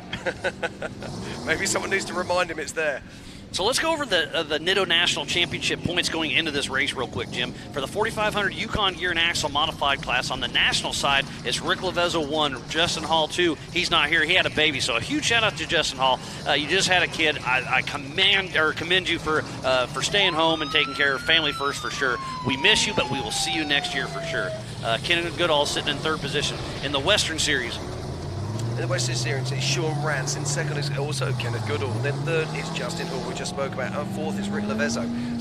And Dwayne Garrettson. So this could be a big jump here for Rick Levezzo and Dwayne Garrettson. They could get themselves up into the top 3 in the West Coast Series. It's going to be very interesting to see how it shakes out. In the Eastern Series, Rick Levezzo still running strong in first. Dwayne Garrettson only 6 points behind Levezzo. So it's going to be a physical finish between those two. Then it's Troy Digby, Sean Rance Sr., and Justin Hall. And then in the 4,800 Brannick Motorsports Legends class, and then on the national side for the Nitto National Championship, it's Ryan Taylor. 85 points behind him is Tony Howard, then Andrew Gorman. Brent Harrell and Eric Weichel are tied for fourth position. In the Western Series, it's Woody Rose, Jeremy Jones, Tony Howard, Eric Weichel, and Andrew Gorman. For the Eastern Series, it's Ryan Taylor, Sean Reisky, Trevor Foltz, Evan Shervin, and Ryan Webb. As we're watching, Doc Jones himself work that Trent Fab car through the Bronco boulders. And there's Brent Harrell. He was our pole sitter earlier today. Flat tires have been plaguing him, so it's great to see him back on track and pushing. I say pushing. I don't think anyone's pushing today. I think everyone's got a whole dose of survival going on.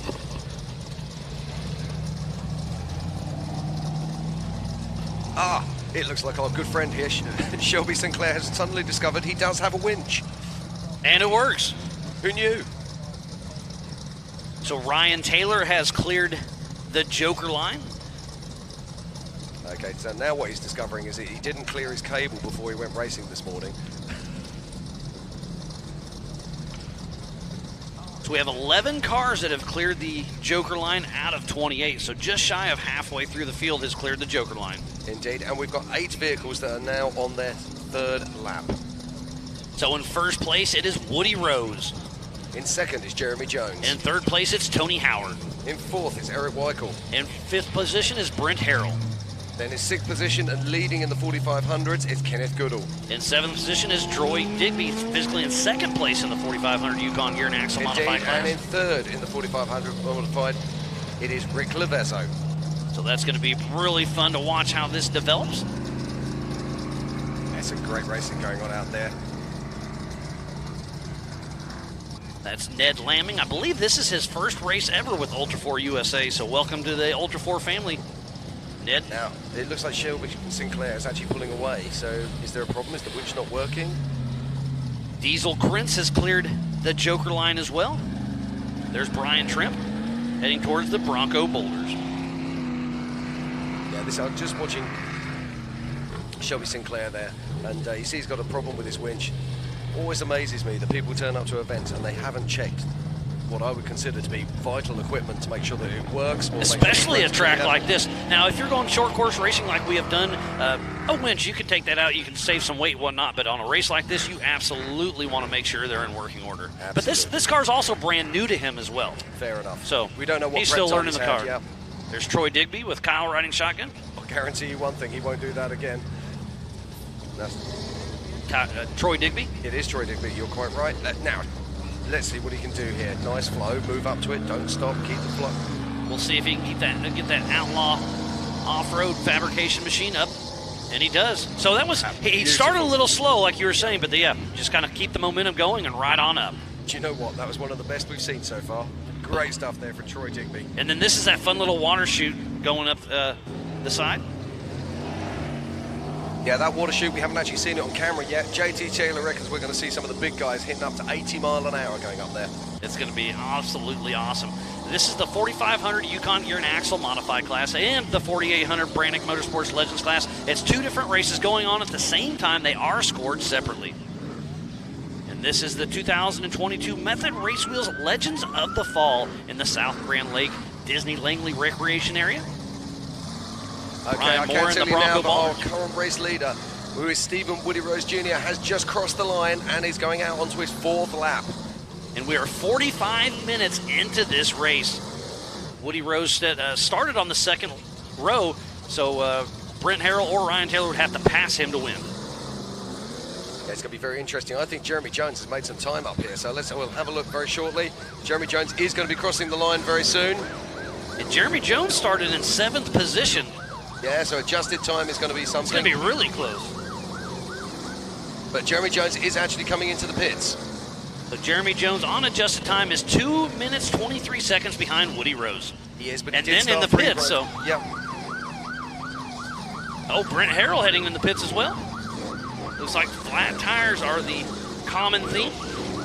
Yeah, it looks like he's got a right side flat front. I said to you yesterday, Miles, we should have set up a tyre shop down here. We'd be making a killing. Absolutely. There's going to be a lot of recycled rubber this weekend. Indeed there is. So we have a top 3 so far. We have Brent Harrell in 3rd position. In 2nd position is Jeremy Jones, but still out in front and still on course at the moment. It's Stephen Woody Rose Jr.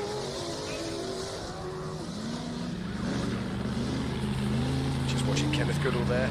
And that is our current race leader. That is Stephen Woody Rose Jones.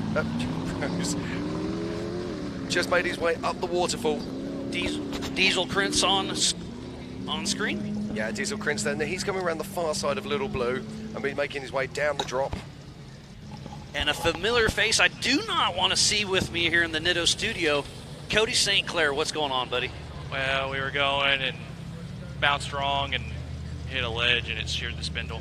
Oh, sheared the spindle, so you were completely out of the race. The only thing holding it in is the rotor and the caliper. And you were out earlier, early in the race. It was right after the qualifier out of Oh, I hate to hear that for you, and I can see it in your face. You're so bummed. You've done all this prep, all this effort, traveled all this way, and you've broken the first couple minutes. It's a heartbreaker, but that's part of racing. I know you and your dad, Anthony, will get that car back home, strip it down, and get ready for King of the Hammers for the first Ultra 4 race here in just a couple months. Yeah, we'll have to build a new axle this time. Oh, it's completely trashed. Oh, yeah. Well, we had planned on building a new one, but we're for sure going to build a new one now. You were thinking about it. Now you have to do it. Yeah. All right. Well, Cody, again, I hate seeing you up here during your race, but thanks for coming up and filling us in. Yeah, no problem, Miles. All right. Thank you. Yep, have a good one, buddy. Okay, it's back to the action out on course. Our current race leader is still Stephen Woody Rose Jr. in that Nexon tyre Trent Fab car. But there are cars stopped Greg all Neff. over the place now. Jesse Oliver? Attrition is really taking its toll.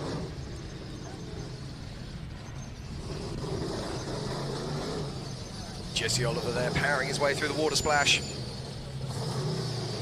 Back to the 666, which is Sean Radsky. Now Sean, we thought had a problem earlier. It looked like, yeah, it still isn't. That left front wheel is not pulling at all, so he's just pushing on with that. We saw that earlier, and we'll see if he goes into the AMSOIL hot pits. He's already blown by it once, and it sounds like Brian Trimp is having some engine problems out on course. So the attrition is going to be extremely high during this race. So it's, I can hear it. He's coming through right now. Brian Trimp is pushing on through. Now, you know that we were saying earlier about you'd leave your co-driver there. That looks exactly what's happened here. As we were watching, saw Radsky there. It looked like his co-driver was already on the rocks. He's reaching for the winch. And that's Sean Rance there in the OG Bronco, picking his way through the Bronco rocks. So Troy Digby has cleared the Joker line as well. So about half the field has cleared it. And we have a few cars out of the race as well. And that is Justin Barth in the 417. Justin racing multiple races this weekend. He raced in the 4900 Can-Am UTV class yesterday, and now he's racing the 4800 Brannick Motorsports Legends class.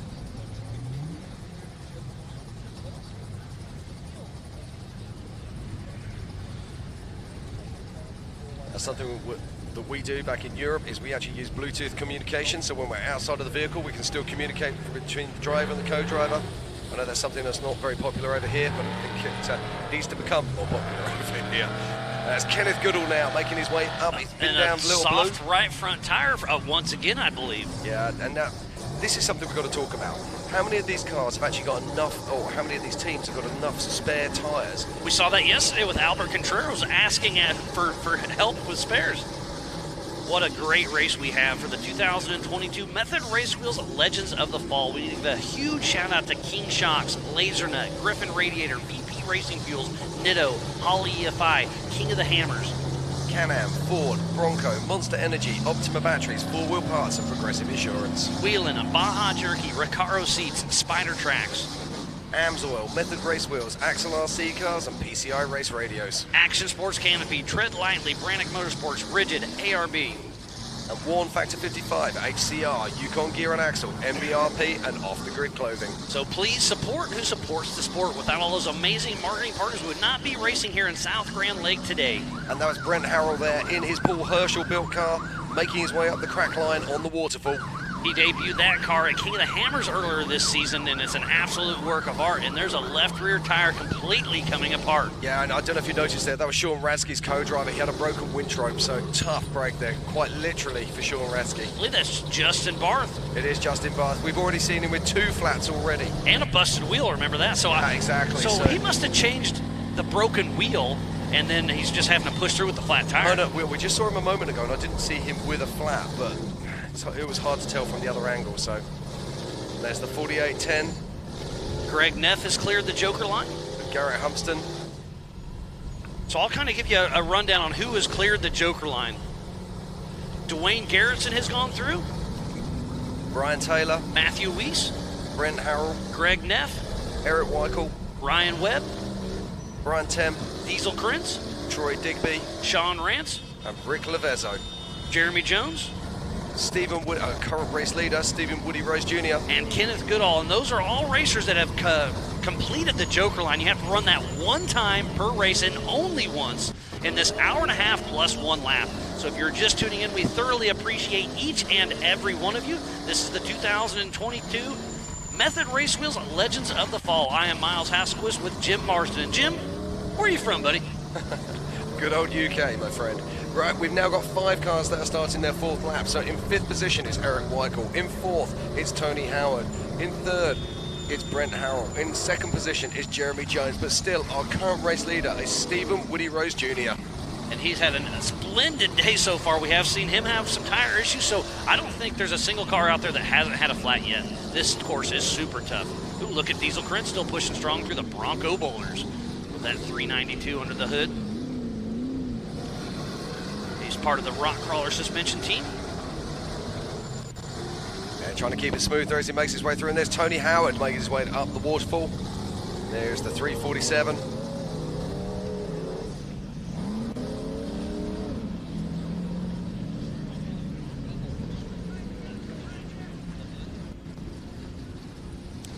Great shot there on the hot pits. Literally just come through the start line. There is the hot pits. You can peel in, change your tyres. That looks like this. Is that Jeremy Jones in there? Yes, Jeremy Jones is in the Amsoil hot pits.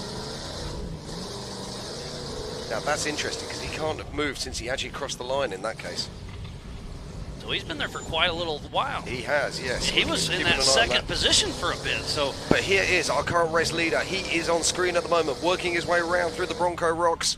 So he's less than 5 minutes from coming back through, and Jeremy Jones is still in the Amsoil hot pit. So Woody Rose is probably got up to an 8 to 10 minute lead right now. We'll see how long Jeremy Jones stays in the hot pits, but you know he's in there just struggling. That is a tough break for Jeremy Jones. And look at this fantastic drone shots here. Brent Harrell in that amazing Paul Herschel car.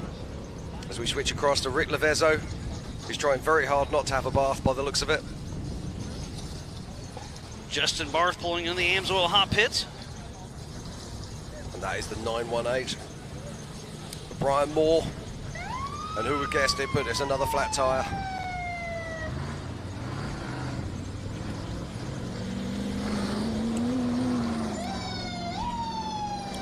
Eric Weichel now coming up behind him.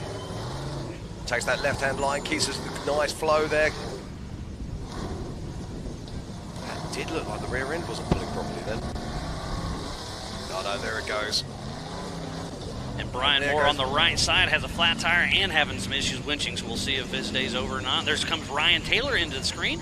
Yeah, great to see Ryan Taylor up and running again. I believe that's Tony Howard getting ready to blow by the Joker line. So the Joker line is hard left right now. There it is. That is Andrew Gorman. No, that is 48.10. That is Garrett Humston. Yeah, Garrett Humston. We've just seen him come up the waterfall. And look how undercut that is now. Yeah, that's a great shot for sure. Yeah, very difficult. Now there's been lots of water pulled onto that line as well. Oh, and there's Brian Moore backing out of the way. There's Sean Reisky, Matthew Weiss. He's already been called out of the race. So this course is being extremely tough on all these guys and gals. Yeah, I don't think there's any chance of him driving that with a flat tire, but he's got to give it a go. And try the left side this time. Actually, it's kind of right up the middle. So maybe he's getting ready to winch, I'll bet. It looks like they're having that conversation inside the car. Yep, and out goes the co-driver. There's Brian Trimp. And remember, we heard him come through here, had some issue. His engine was missing a little bit, but he's still pushing through. There's a great shot of the Little Blue State Park. What we have to remember here, yep, there we go, Shelby Sinclair, looks like he's retired. That's very sad to see. We've got to remember there's a good chance there's going to be a more than 50% attrition rate here today. Oh, it's looking that way for sure. Yeah, absolutely. So play smart. Yeah, play smart, get to the finish. Yeah, I was talking to a lot of racers the last few days, and they're like, so what do you think of the course? And we're talking back and forth, and they love it, we love it. And I just keep saying I drive 70% all day long. If you drive harder than that, you're probably going to break. But there's going to be the one person like Woody Rose. He's pushing hard and having some good luck. The kid can drive. Yeah, but, man, it's anybody's race to lose. To be fair, watching him driving at the moment, I'd say he's driving a very smart race. I don't think he's pushing. Watching him go through those Bronco rocks, he's just picking his lines, taking it nice and simple. And when you see him come up to the waterfall that we've seen Sean Rance on there at the moment, he's not pushing too hard either. So, but to finish first you must finish. Absolutely, my friend. So Ned Lamming and Garrett Humston have cleared the Joker line. And there is Kenneth Goodall, currently in second place in the 4500 modified class.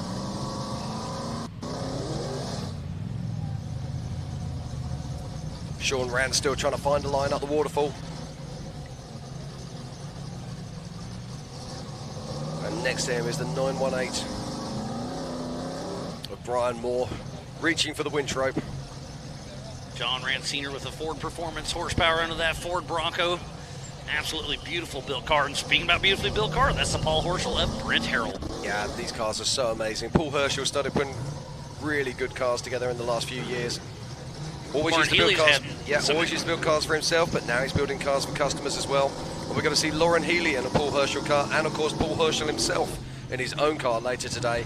And Brent's father, Brett Harrell, is also racing an IFS Horschel car.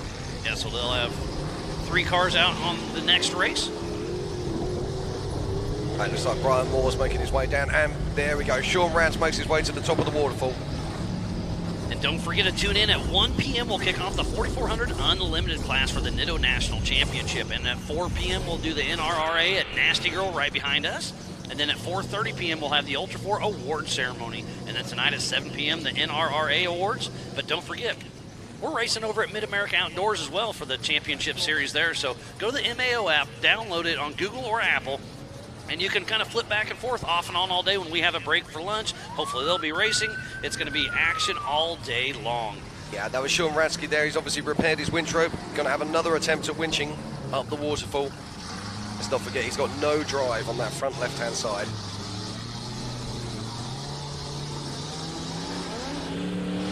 And just look at the beautiful colours here. There's greens, there's golds, there's reds, there's oranges. What an amazing place to race. So honoured to be here at Legends of the Fall in Disney, Oklahoma. It's absolutely beautiful here, isn't it? It's amazing. The South Grand Lake recreational area has so much to offer. And don't forget to come here during the summer. You can go wheeling in the morning and go boating in the afternoon, go fishing. It's absolutely amazing. And I've got news, Miles. I've got news. Our current race leader, who is Stephen Woodin Rose Jr., he has just made his way across the line to start his 5th lap. He's gone into the pits, come out of the pits, and he's back on the racetrack. So now we're going to be looking to see where the next place car is. We did see Jeremy Jones in the pits for a very long time. He took off, so he's still on that lead lap, I believe.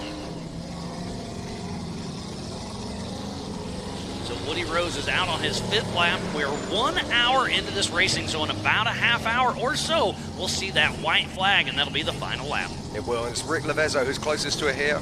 He's trying to make his way up that waterfall. And that waterfall is proving very tricky indeed. So getting some information, Shelby St. Clair, his winch was overheating, so that's what was going on with that. So tough break there. Oh, sorry, his car is overheating.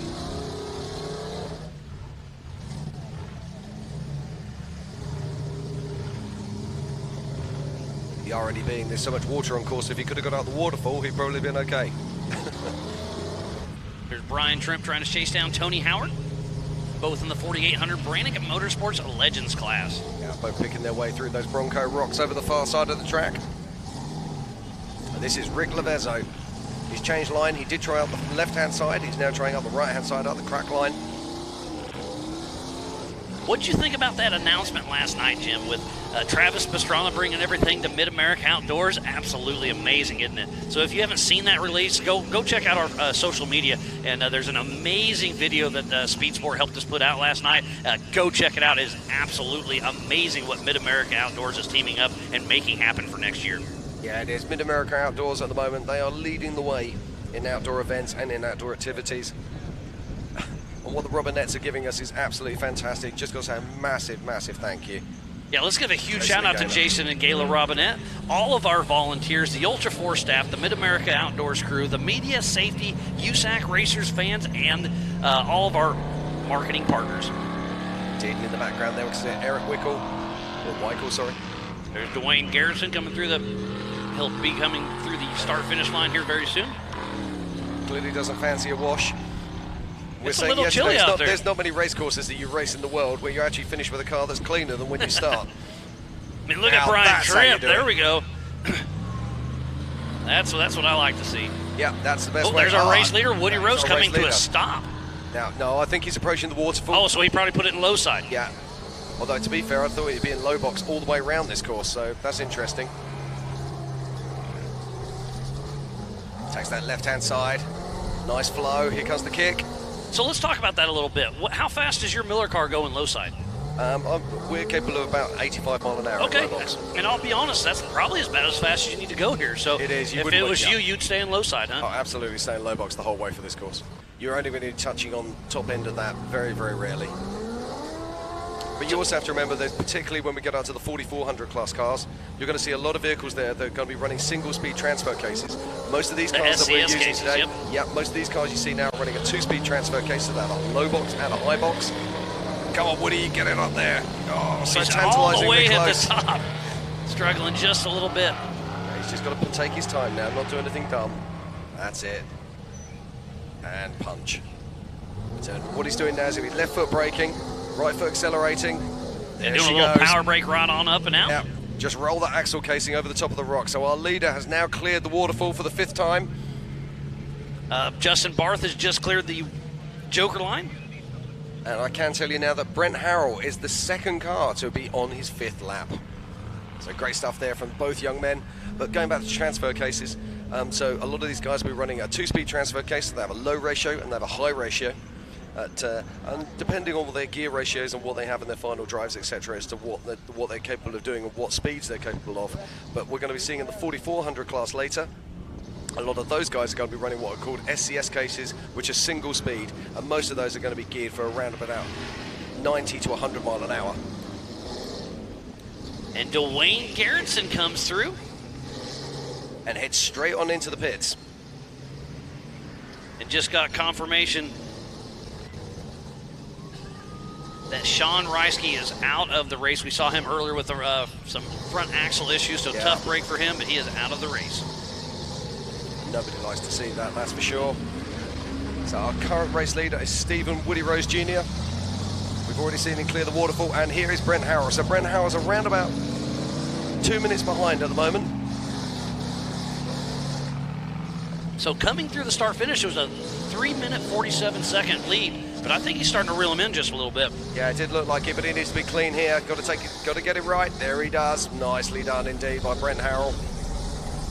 Both these young men incredibly talented and making it look so easy at the moment. And there is Jeremy Jones. He was in second place earlier on. He had a problem. He was in the pits for quite a long time. And there's that little wall section. I suspect to see some speed later on this afternoon. This is an amazing race we have going on. Don't get me wrong, but today at 1 p.m., the 4400 Unlimited class, the biggest names in our sport, unlimited suspension, unlimited horsepower. It is going to be absolutely insane, so make sure you stay tuned in all day long. Indeed, and our top four has changed. In fourth position it is Tony Howard. In third is Eric Weichel. In second is Brent Harrell, but still the man out front is Stephen Woody Rose Jr. As we still watch now, it's Jeremy Jones picking his way through the Bronco Rocks. So officially out of the race, we have Matthew Weiss, Sean Reisky, and Cody St. Clair. But I think there's still a few more cars that are parked that just haven't quite called the race yet. Yeah, absolutely. The attrition rate is going to be incredibly high. Around 25% of the UTV class completed course yesterday. There's Kenneth and Logan Goodall in the 4500 Yukon Gear and Axle modified class. Still don't have a spare tire on the back. I'm kind of surprised by that. If it was me, I'd probably pull in the Amsoil hot pits and put one on. Depends on the race strategy. This is certainly one of those races where I would want at least one spare tire. Nicely done there by Kenneth Goodall. Just picks his way up that left-hand line. This is Sean Rance. That OG Bronco going to work in the Bronco Rocks. He's been racing with Ultra 4 for such a long time. Great to see him still out here racing with us. He took a huge tumble in Sturgis this year, had to completely rebuild the car. They did so much fun stuff on the chassis. They had to redo some of the skins and get it all fixed up, and that Bronco is still looking good as Brian Trent makes it up the waterfall. Yeah, Brian Trent there making it look so easy. When it goes right, it really does go right for you. And yet we saw him earlier on struggling with that.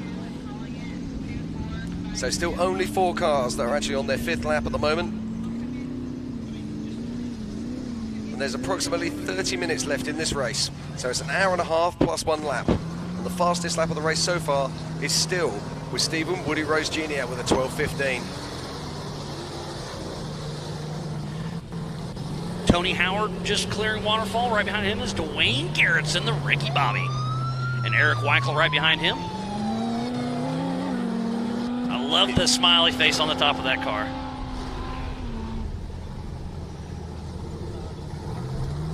So we have 2 cars battling up the waterfall. Got a couple of my good buddies, Luke DeGrand and Ben Minden out there, right there, basically right where the camera's out there watching. Had fun with them at the Casey Donahue concert last night. Glad to see them out here enjoying some Ultra 4 racing. And that's what we're going to say. This isn't just about the racing. This is an event. off-road event. It's an off-road festival. Last night was absolutely fantastic. Live music, driver's appreciation dinner. Then we had, of course, we had the treat and trunk. How many pounds of candy did we give away? 1,500 pounds of candy the Robinettes donated, and the racers got to hand out to all the kids here at the South Grand Lake area. Absolutely there must be kids awesome. that can't walk this morning. That was amazing. That's car number 73. That is Greg Neef. Car still looking nice and fresh. And we need to give a huge shout out to Factor 55. They've been helping everything up there at the Joker line. So that's the Factor 55 Joker line.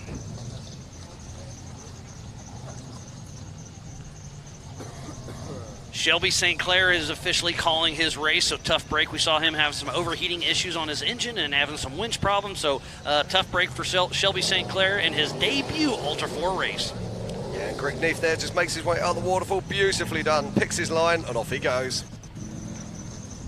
Still only 4 cars on their 5th lap at the moment. In 4th, it's Tony Howard. In 3rd, it's Eric Weichel. In 2nd, it's Brent Harrell. And in 1st position, it still is Stephen Woody Rose Jr. Garrett Humpston just came through the line as you were chatting. There's Brian Moore still trying to get up the waterfall section. Yeah, the interesting thing is, he hasn't got a spare tyre, has he? But that's the man himself. That is Mr. Nexon Tyre. That is Stephen Woody Rose Jr. picking his way through those Bronco rocks.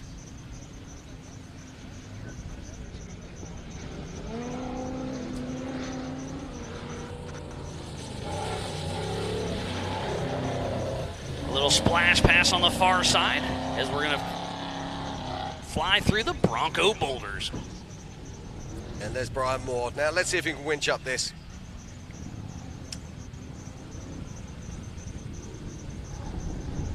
Now when we're winching at home, we have little protectors that we put down on the rocks to stop you breaking cables.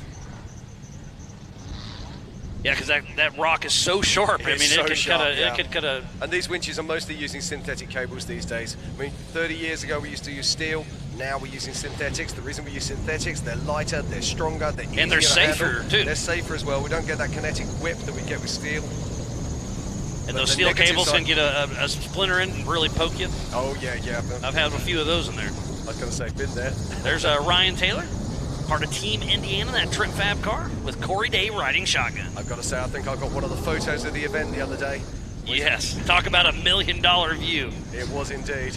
Ryan Taylor's car literally parked on the grass, top of a grass slope with the dam in the background. It was absolutely fantastic. If you want to check it out on my Instagram. Come on, Ryan, you can do this. Love this Trent Fab car. There she blows. Nicely done. And every time you're working your way up these waterfalls, you're trying really hard not to put as little wear on the car as possible. Yeah, because right after this, you go up the half pipe and then down Viagra. Yep. And that's Ned Laming there. And we spoke about this car earlier. This is one of the oldest cars on the course this weekend.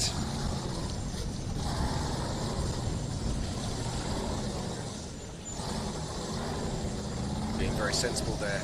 Changing his line entirely. Hewitt got it wrong, so he comes back off it, resights himself. Oh, I like this. Oh, what a shame. He did everything right there. That's unfortunate.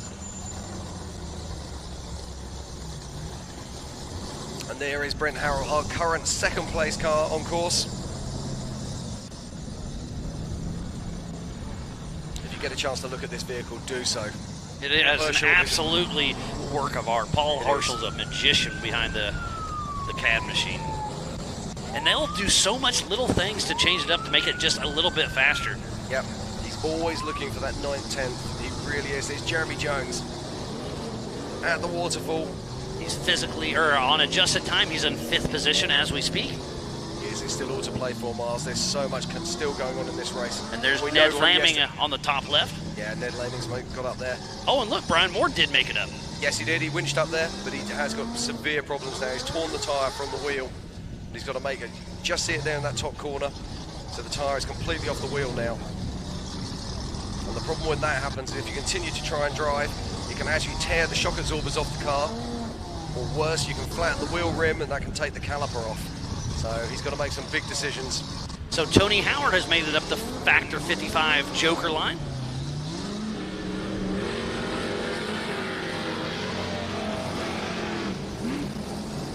Okay, I can tell you now that Woody Rose Jr., he's going to be coming round to complete his 5th lap, and he has completed his 5th lap. And he powers across the line, doesn't go into the pits, and heads out on lap number 6. So I believe he'll get at least one more lap.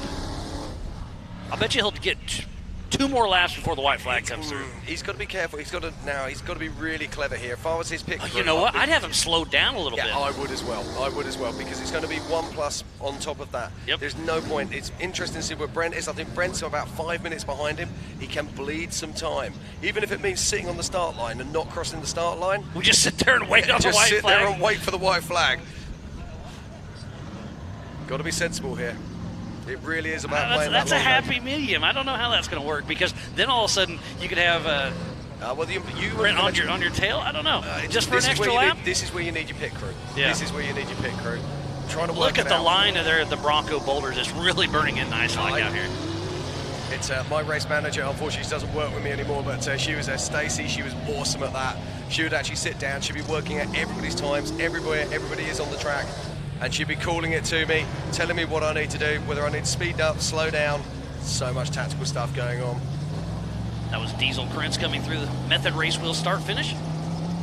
If you are just tuning in, we thoroughly appreciate each and every one of you. This is the 2022 Method Race Wheels Legends of the Fall. This is the 4500 Yukon Gear and Axle Modified class and the 4800 Brannick Motorsports Legends class. So there are 2 races going on at the exact same time. Both are scored separately, and then we'll be giving away some of those amazing laser nut trophies here in just a little bit.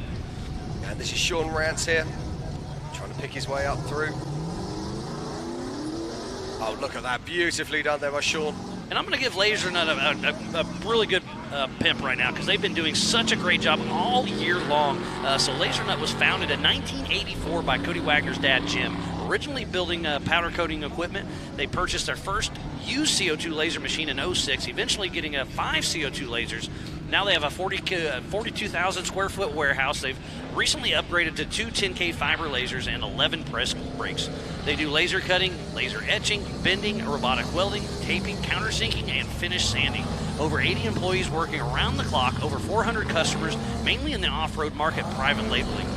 They make the trophies they've made for us for over the years are absolutely top-notch, so thank you again to Laser Nut. You can also buy a Laser Nut replica trophy for $250, have it shipped to your sponsor, your co-driver, crew chief, or whoever you want. And they also, don't forget, they have those awesome cactuses for sale, too. Yeah, Brannick Motorsports, let's talk about this. Brannick, of course, standard. 4800 Brannick Motorsports Legends class. Indeed. They've been out working with us for so long. Founded in 2003 by father and son, Stan and Brandon Haynes, and started with 1 CNC mill and a couple of manual pieces, originally serving the aluminium foundry industry, putting permanent molds from new and raw billet steel, and also repairing molds and other foundry tooling components. They've always been into off-road and building their own parts in-house, and then started making race parts for more and more people and realized that there was a market for it. Now 95% of their business is off-road related, with a complete line of axles, driveline components, and a long list of other hardcore parts, including sway bars, sway bar arms, and center prop shaft bearings. They also private label a lot of parts for other big companies in the industry. They now have a 10,000 square foot warehouse with 3 3-axis mills, many rotaries, 3-axis and 4 CNC lathes, 1 twin spindle, and various manual machines, welders, saws, and other fab equipment.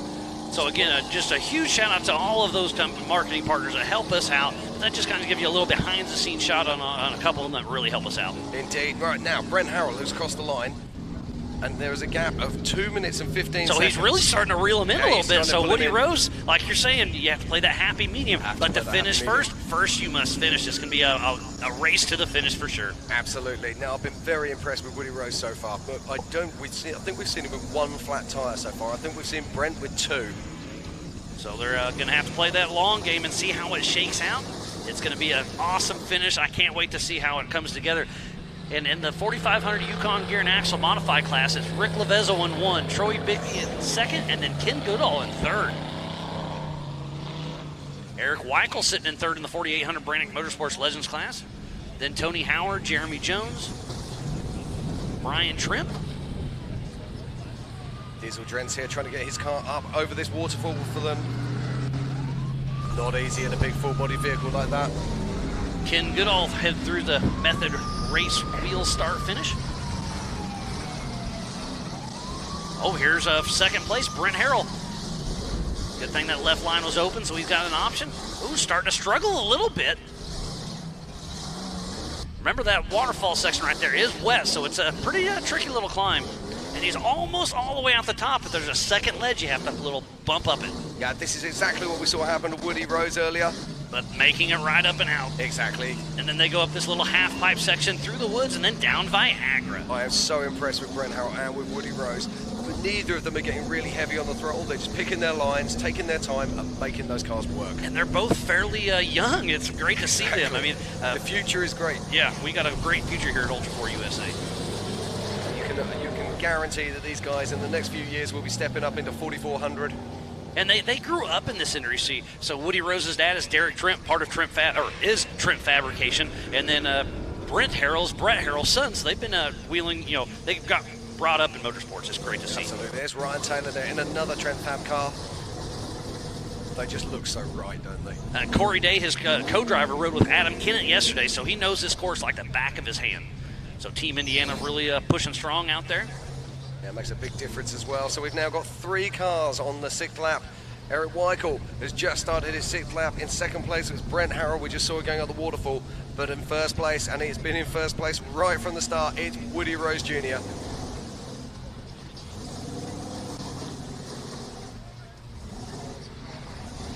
So watch Diesel Drent still trying to make his way up the waterfall.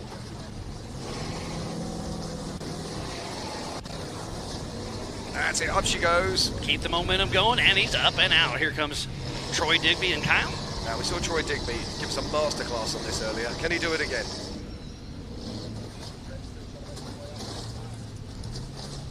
No, is the answer.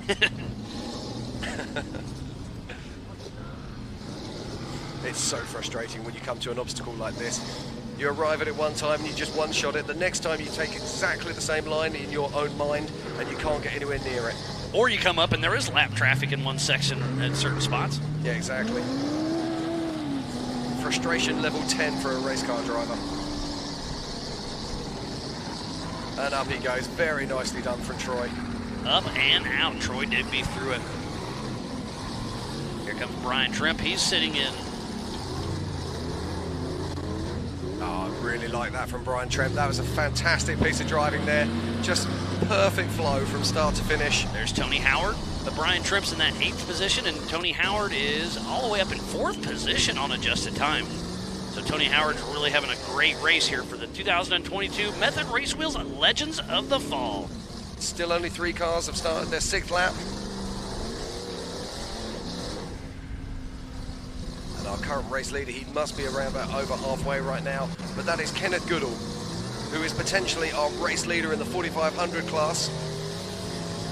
The attrition is really starting to show, so I know the 4400 drivers are watching this race, seeing how tough this course is. But let's talk about it again. These are all 37-inch DOT tires. Later on, they'll have their race sticky tires, so they'll have some better tires on. But the attrition's definitely stout. Was our race leader Woody Rose and the Bronco Boulders. Yeah, now Woody Rose, he started on the 2nd row to the grid this morning. By the end of lap 1, he had clear air in front of him. It's been a very mature drive from this young man. Just putting that car to work through the Bronco rocks. And he's around about 5 minutes away from coming back round and starting his 7th lap. Now, will he see? Will he be shown the white flag? We're going to be around about 1 hour, 25 minutes when he crosses the line. I don't know, because it's supposed to be from the last person taking off, so I think they'll have to do 2 more laps. Yeah, I think you're right. Eric Weichel up and over the waterfall section, heading up to the half pipe. But we were chatting to our race director, JT Taylor, and he said if they're coming in around about 125, 126, he will make a decision on whether to throw the flag or not. So we're going to have to watch this. Ryan and Taylor through, heading out for another lap. Diesel Drents now, making his way round the back here. This is Little Blue. Now, there are multiple lines here that you can pick up time. Diesel's not worried about time. He's worried about finishing. So he's going across the crack here. And head down the rigid Little Blue section. And we call this the safe line. It's not safe in any way, shape or form. Yeah, I'm not driving down. Yeah, look at that. That's Troy Digby taking the far line. That's the quick line. Saves around about 30 to 40 seconds. They're both very steep, but the left side is a little safer, like you said, Jim. It is indeed. You don't hug your seat quite so much. You're good. I'm keeping it tight most of the time anyway. And there's another car coming down through the central line there. That's Brian Trimp. The 896 with Brian Trimp. There's Dwayne Garrettson. Punch you, Dwayne. Left out a moment too late.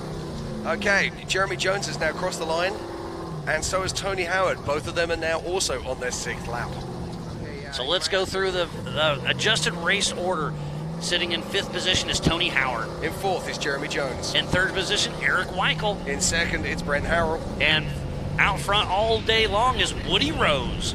Yeah, now Woody Rose is not going to be far off coming round to start his 7th lap. It could potentially be his last lap. So we're going to be watching out to see if that's going to happen. I do see JT Taylor at the start-finish line. We'll see what flag he grabs. It is a white flag I see being unfurled. So it does look like Woody Rose is going to be showing the white flag and will be starting his final lap. Got one of my buddies back home, Jake Minden, tuned in, having some fun. Thanks for checking us out, buddy. What a great race we have. This is absolutely amazing out here. Oh, look at that. Oh, we had great race action there. We just saw Brent Harrell closing up on Rick Levezzo. Here's Greg Neef. Struggling just a little bit, that racer coffee machine. Wonder if he's going to break out that Warren winch. So JT Taylor with the flag at the start-finish line. Where is Woody Rose? I can tell you now that Woody Rose is going to be coming across the line in any minute now.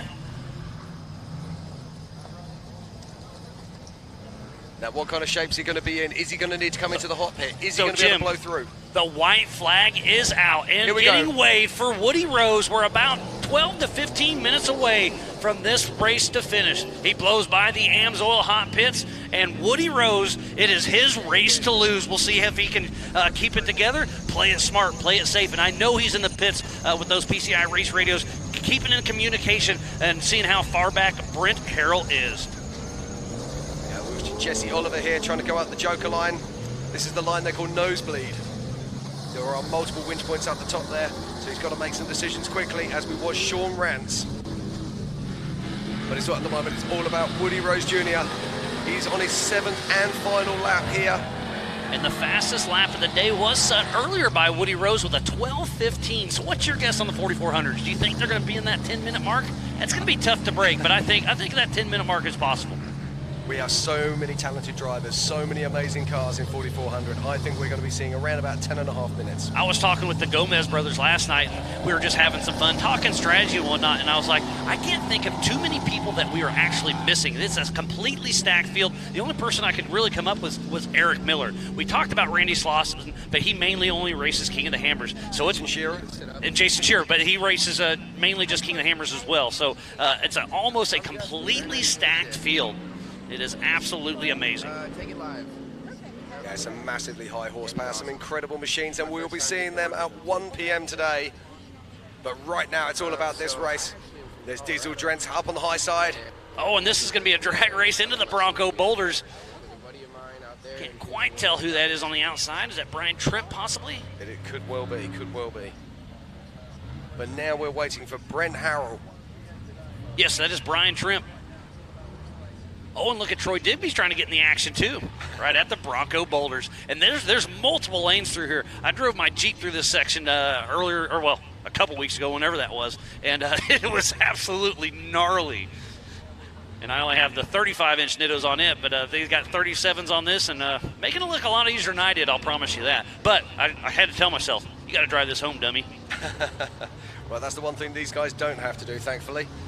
And that's why they're putting on such a wonderful display of racing for us here today. But talking about that, Diesel Chris right in the middle of your screen right there, that is a tagged vehicle. He can drive that to the Walmart.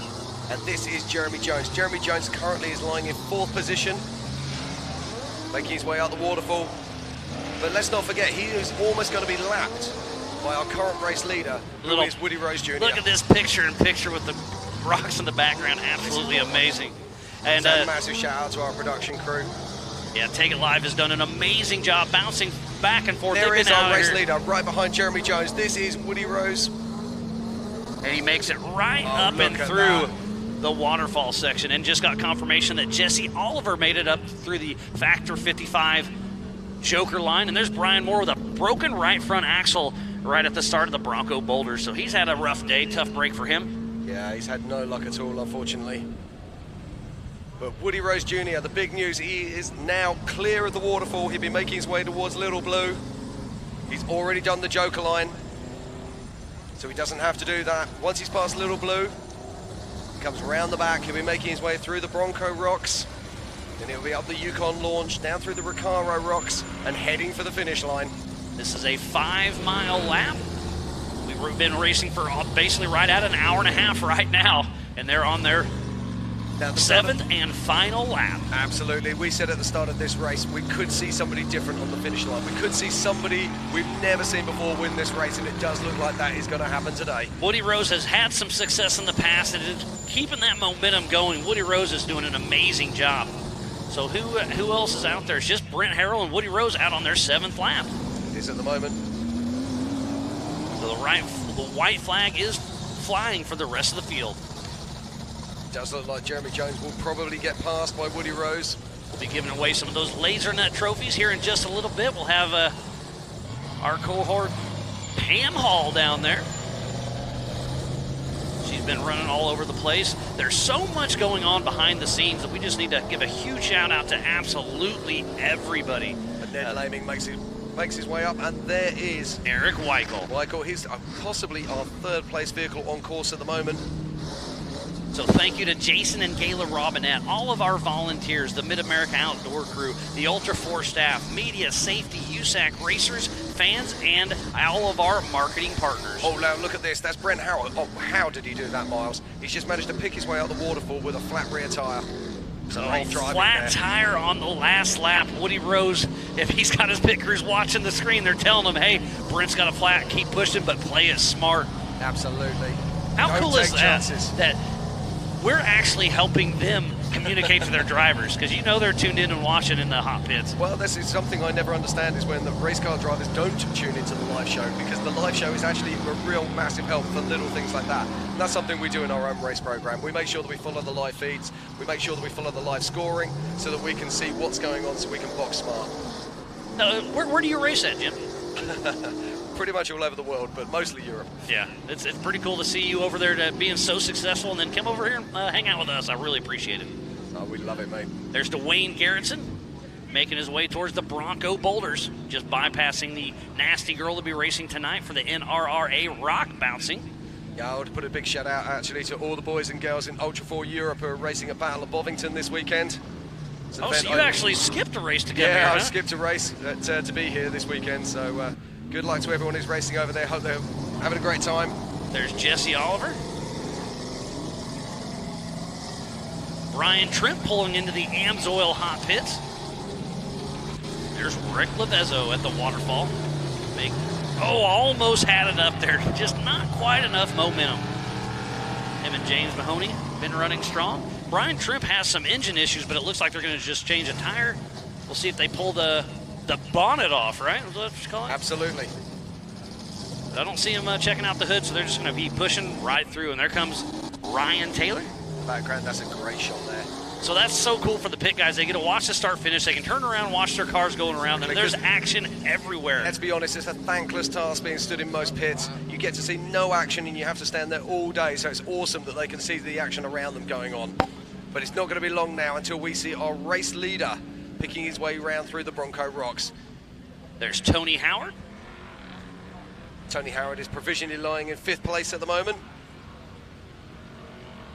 Where is Woody Rose? I can't wait to see him. He should be coming around here any moment. We could be able to get a visual on. That is Brent Harrell, who's just made his way down Little Blue, but he does have a flat rear tyre at the moment. He's got to be smart. Just keep that tyre together. So we should see Woody Rose on the other side of the Amsoil hot pits here very, very soon.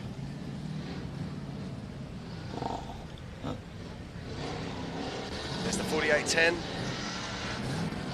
Ryan Webb heading out for his final lap. His buddy and teammate for Kryptonite Customs, Christopher Brenton, is starting on the pole later on this afternoon for 4,400 main event. And that is Garrett Hunston picking his way up onto the waterfall.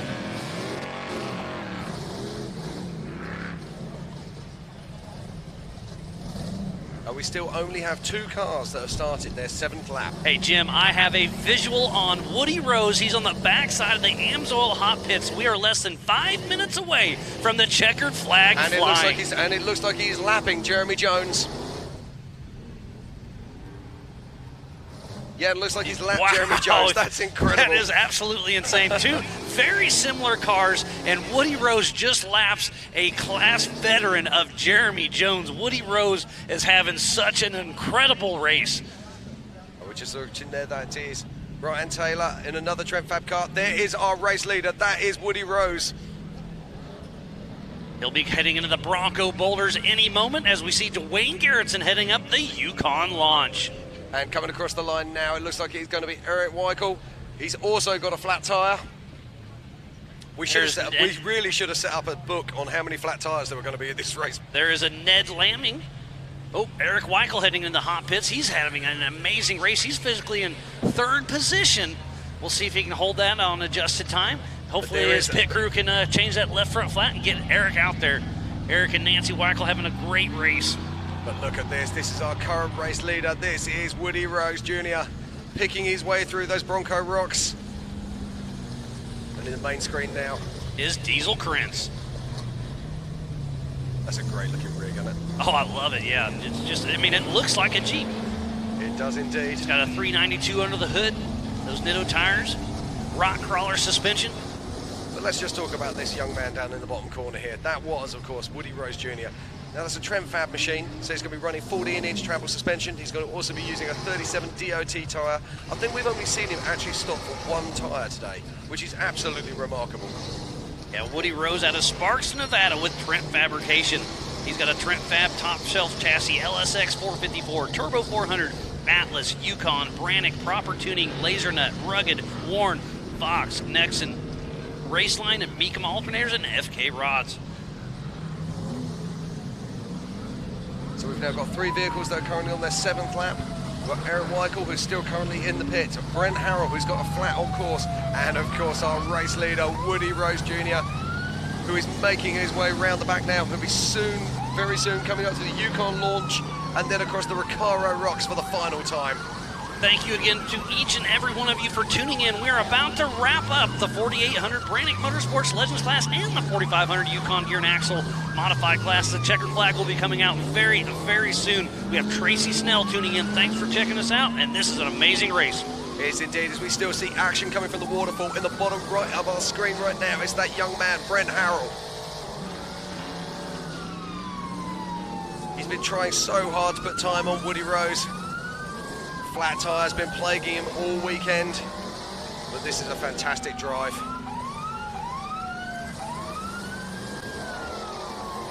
And you can hear the siren there at the Little Blue. What an amazing race it has been for the 2022 Method Race Wheels Legends of the Fall. We should see Woody Rose here in about a minute to go. That's Jeremy Jones crossing the water splash. It looks like, you won't believe this, Miles, but he's got a flat front tyre. Another one. So, hey, next race you are doing a check mark. Every time you say flat tire, hit. I'm not being funny, mate. I had so many flat tyres in Portugal a few weeks ago. I think I went through 10 tyres, which is very unlike me, but there we are. Brian Taylor there. Brian Taylor heading out for his final lap with another flat tire, so he'll be heading into the Amsoil hot pits with Team Indiana. Yeah, Kenneth Goodall making real quick work there at the waterfall. But now it's all about watching for our race leader. And I'm getting an update.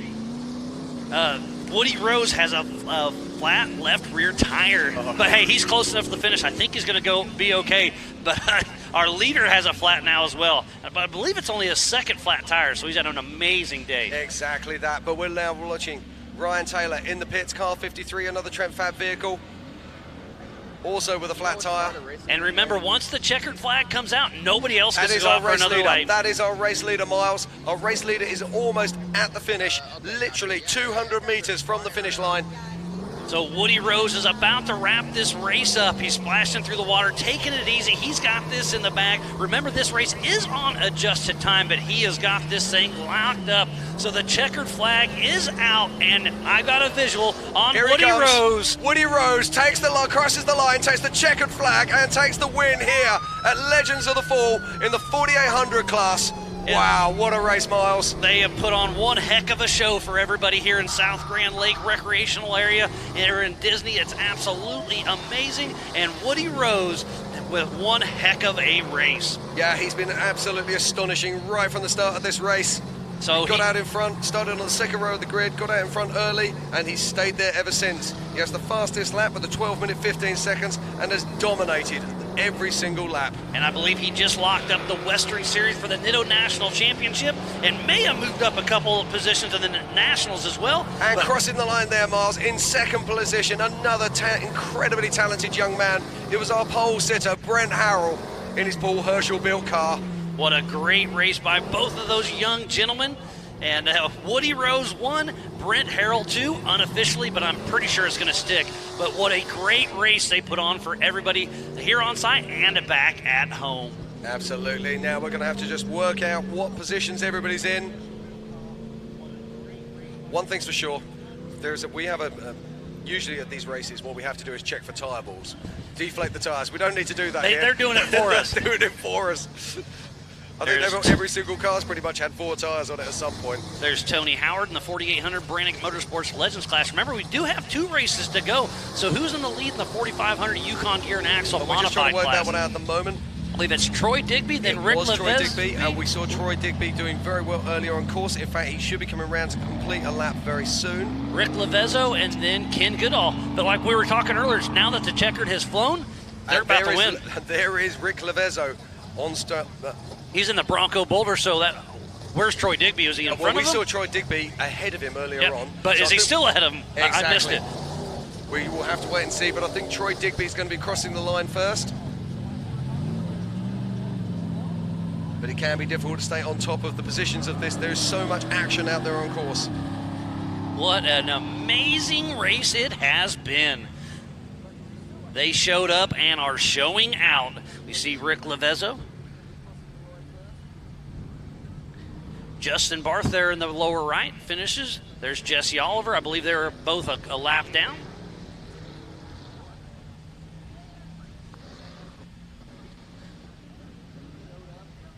So there's Ned Lamming on screen. Way around. Oh, Brian Moore's back in action. We saw him with a broken right front axle of some sort. Yeah, he was winged out by one of our course workers, allowing him to get back on track. It's been a tough day in the office for Brian. And again, the attrition rate of this race has been absolutely brutal. So many flat tyres, so many breakages.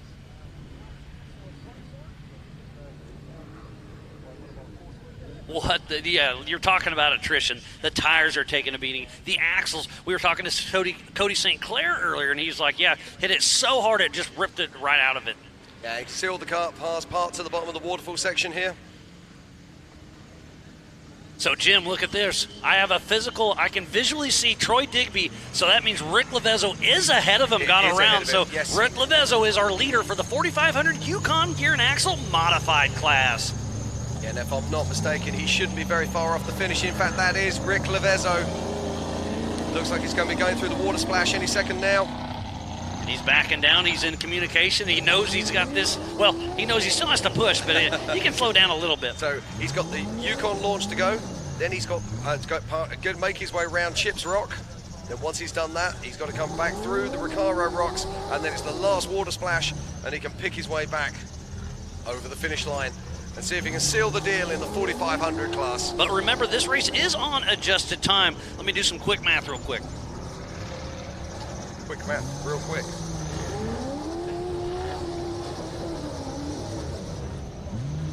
Brian Taylor there picking his way out the waterfall. Again in a Trent Fab car.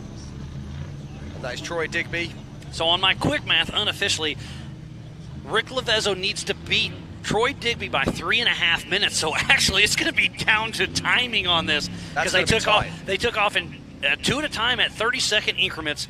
Rick Levezzo took off in 9th spot. Troy Digby in 24th. So I think it's a 3.5 minute time split. So it'll be down to the wire. It will be an absolute race to the finish. We haven't seen much of Trevor Foltz, and there he is with the hood off. Yeah, tough break for him. Yeah, nobody likes to see that. Now, if you're in the pit crew sitting down in the hot pit and you're Troy and you're with Troy, you need to be bending into that radio and saying to him, Troy, stand on it. We took off at 10 a.m., so they've been racing hard for an hour and 42 minutes right now.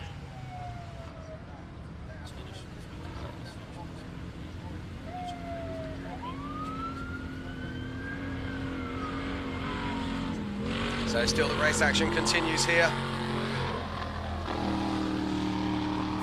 And we are looking for,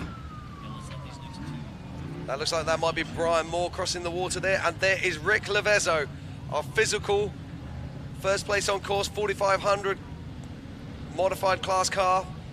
So Rick Levezzo was about to grab the checkered flag, but remember, it's going to be down to timing for the 4,500 Yukon Gear and Axle Modified class.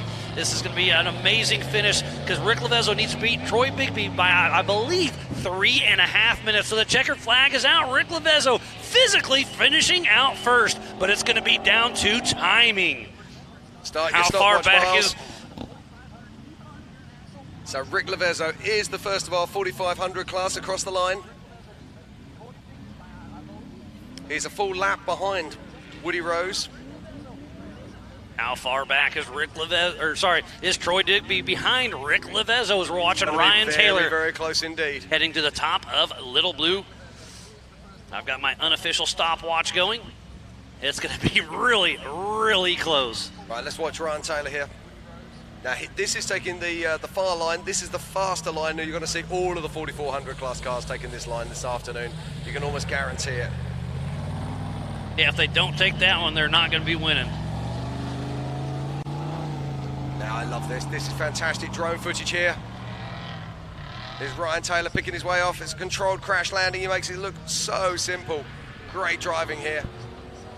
I still hear Dwayne Garrettson, so he's still in the mix for the 4,500 Yukon Gear and Axle Modified class. Where is Ken Goodall? Well, I could also see Troy Digby on the far side of the course. And he's going to have to really stand on it if he wants to catch Rick Levezzo. He's slowing down for the water. He's probably completely unaware of how close this is. So Dwayne Garrettson is really close behind Logan and Ken Goodall.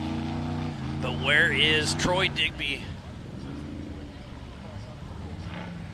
Troy Digby now is working his way up through towards the Yukon launch. Brian Trimp coming in with another flat tire. So who's it going to be for third place in the Legends class? Eric Weichel, Tony Howard, Jeremy Jones? Eric Weichel. I've seen Eric Weichel already crossing around the back of the Bronco Rocks. So I think it is potentially, it could be Eric Weichel. But again, there's still so much going on out there. About a minute and a half left for Troy Bigby to come in, and he might be able to steal the win from Rick Levezzo, unofficially.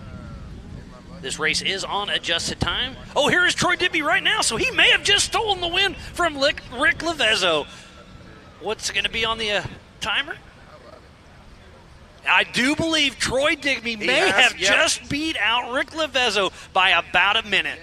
It does look exactly that, yes, you are right, but just over a minute. So Troy Digby is currently unofficially first in the 4,500 modifieds. What Rick a Levezzo great race. is second in 4,500 modifieds.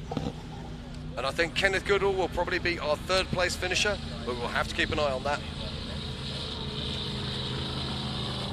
So while we wait for a few more competitors to come through this start-finish line, we're going to take a quick break and be right back after this.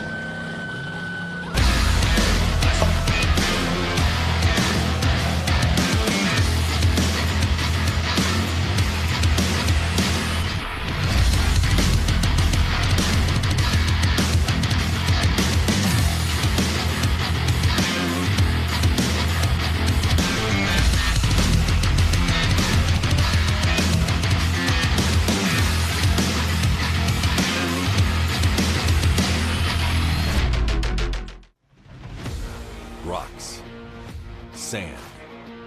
Heat. Life off-road is tough. We wouldn't have it any other way. If AMSOIL products are designed for this kind of punishment, think about what they can do for your daily driver.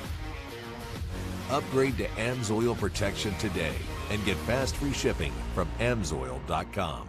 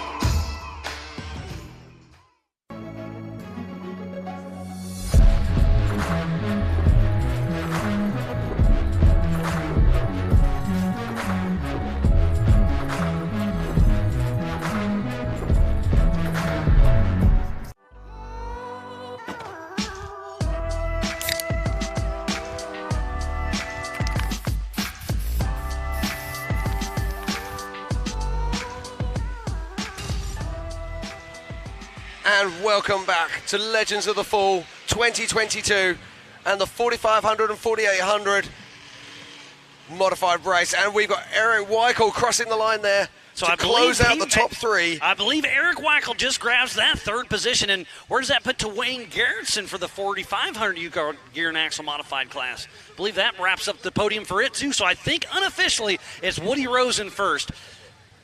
Woody Rose in first, Brent Harrell in second. And Eric Weichel in third for the 4800 Brannick Motorsports Legends class. And then for the 4500 Yukon Gear and Axle modified class, it's Troy Digby in first. In second place is Rick Levezzo. And I believe it's going to be Dwayne Garrettson wrapping up the podium for that race as well. So this is all unofficial. We got to get with our timing, dot our I's, cross our T's. But it looks like we got a full podium for both the 4800 Brannick Motorsports Legends class and the 4500 Yukon Gear and Axle modified class. What an amazing race it has been all day long. Absolutely love it. Been absolutely fantastic. It's been action-packed from start to finish, Miles. That's why we love Ultra 4 racing. And how good is it to be here in Disney, Oklahoma? How good is it to be on this amazing race course with these amazing people? Yesterday was so special. We started out with racing, and then we did the show and shine. We did the trunk or treat. We did the amazing launch from SpeedSport with Travis Pastrana and company. Absolutely amazing. And then we finished out the night with some amazing music. And then today, this race has been amazing. It's only gonna get better. You used almost as many amazings as they've used tires out on course. It's been a great event out here at South Grand Lake. So much fun, and this race was one to watch. But be sure to come back for at 1 o'clock, the 4400 main event will be absolutely amazing. Absolutely. Well, while we're waiting for Pam Hall to get all the trophies sorted out and for just to finalise all the results, we're going to cut out to a short commercial break, and we'll be back with more action very soon.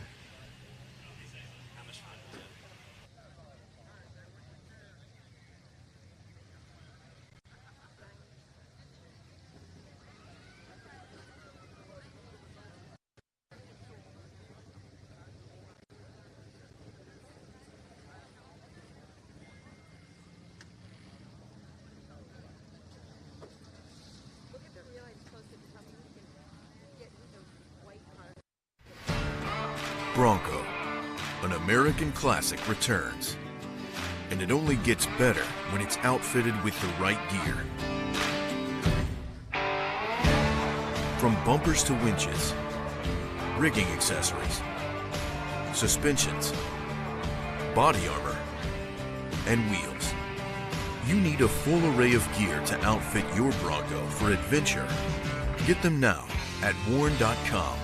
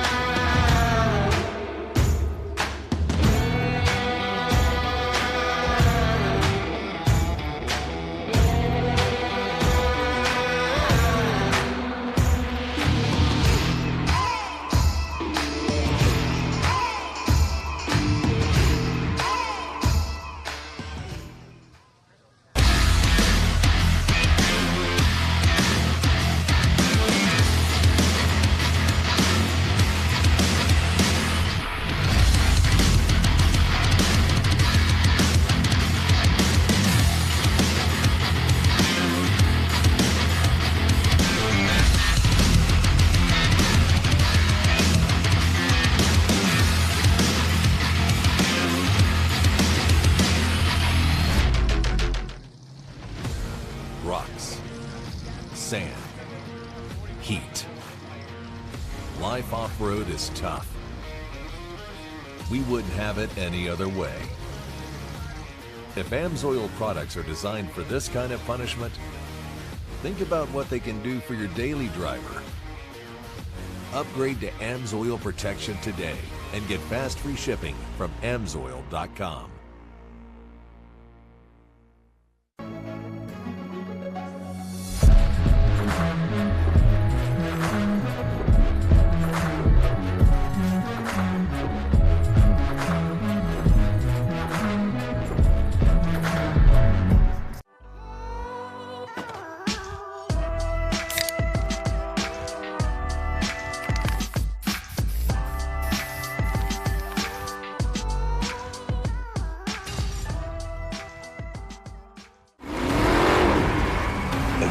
years of off-road racing dominance.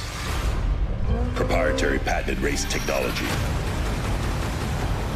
Proudly made in the USA.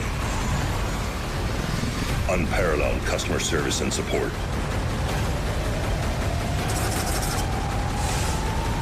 The choice of champions. King Shocks. The leader in off-road shock technology. The Ford Bronco is back, and 4 Wheel Parts is your Bronco aftermarket headquarters. Whether it's a wheel and tire upgrade you need, or an all-out overlanding build, 4WP's expert staff and lineup of in-stock products are ready to help you do your Bronco right.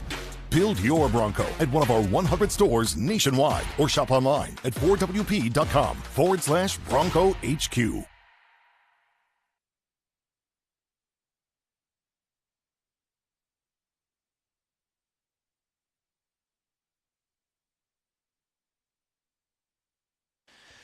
Welcome back to the 2022 Method Race Wheels Legends of the Fall. This was the start of the race earlier, just kind of a quick little highlight, and we had so much fun. If you can't have fun watching this race, you better tune out, because this was one heck of a race. It was absolutely amazing, wasn't it, Jim? Oh, it was absolutely incredible. We've seen so much action right from the start to the finish. I mean, let's talk about qualifying yesterday. We saw Brent Harrell throwing down that incredible time to put him on the front end of the grid. But then it was all about Woody Rose. Woody Rose started on the second row today, punched his way up into the front. And never looked back. Never looked back. He's looked cool. He's looked comfortable. He's looked awesome all the way out there. I think he's had maybe 1 or maybe 2 flat tyres. That is it. And flat tyres have been the story of this race. But remember, these are 37-inch DOT tires, so the next race we have at 1 p.m. is the 4400 Unlimited race, and that's a sticky tire. It's a race compound. I do think tires are still going to be an issue, don't get me wrong, but I think you're going to see a lot less flat tires. And we have 33 4400 cars racing later on today, so get your plans figured out. Get your lunch fed, get your cooler ready. This is going to be a show we'll kick off here in about an hour, but we're getting close to giving away some of those laser nut trophies here in just a little bit.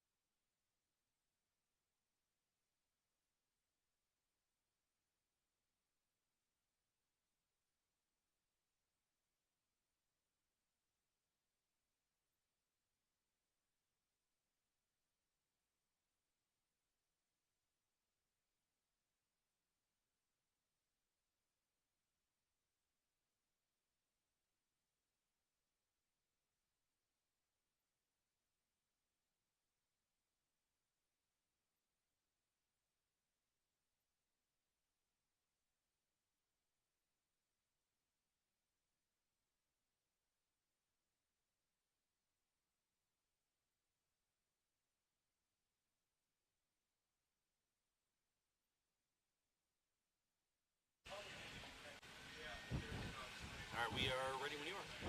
All right, we'll bring you out. 3, 2, 1. Welcome back to the 2022 Method Race Wheels Legends of the Fall. It has been an amazing race this morning, and it's only going to get better here in just a little bit, Jim. It is indeed. What an incredible start to this day. I mean, the racing here, Miles, this morning has just been absolutely out of this world. I mean, really, does it get any better? Yeah, it's been an amazing weekend already, and like we were talking about, the main event kicks off at 1 p.m. We're getting ready to throw out some amazing laser nut trophies here in just a moment. That's going to be fantastic. But, I mean, when we watch the racing, obviously we've been watching the 4800 class and the 4500 class. The talent and the skill that we've seen out there has been remarkable. It's been amazing, but it's only going to get better. Absolutely. Just getting to that bit. Now we've got the big guns. Now we've got the guys that we've been really excited about seeing. All of the cars that we've been seeing on course so far have been using DOT tyres. That means soft tyres. Means we're going to get a lot of punches. I think we're going to see a big change this afternoon. I think we're going to see a big change in pace. And I think we're going to see remarkable lap times. I reckon we're going to be seeing it around about 10 minutes, 30 seconds. It's going to be absolutely amazing. So be sure you tune in or get your plans figured out now, because at 10 till we'll go live racing at 1 p.m. Again, I am Miles Hasquist alongside my good friend Jim Marsden. We're going to sign off and send it down to Pam Hall. Pam, it's your show. All right, thank you, Miles and Jim. We are here for the Method Race Wheels Legends of the Fall Podium for our 4800 Legends class. Third place, Eric Weichel. I know that today tires were an issue. You had to have somebody go all the way back to your pit to get more tires for you. Did you guys end up using those tires that had to come over earlier? Yes, we went through 5 tires today. It was my pit crew did an excellent job of keeping me in the race. I wouldn't have made it without them. Queen City Off-Road did so much to help me prep this car and keep it running and get it ready for this race. Well, you guys were doing awesome out there. I know that tires were an issue for everybody. I lost count of the tires out there. But what was your favorite part about the race course today? Just making it through it. Slinging it through with flat tires, it was one heck of a course. It was a great day. Well, it was an awesome day, and we still have a long day to go with the 4400s coming up next. Who would you like to thank for getting you up here today? Definitely Queen City Off-Road. I have to thank Nate and Joe for manning the pits today, and they just killed it. And everybody that helped us today. It was just an awesome day. Thank you very much. Awesome. Well, congratulations on your third place finish. You're going to stick around and watch the 4400s? Yes, I am. Might have to change clothes. I'm just a little wet. Oh, that was the story of the day yesterday, was wet fire suits. Yes. Thank you. Awesome. Well, congratulations. Now we're moving on over here to our second place, Mr. Brent Harrell. Great day. I saw you come in with a couple flats, but otherwise, how was your day? It was a lot of fun.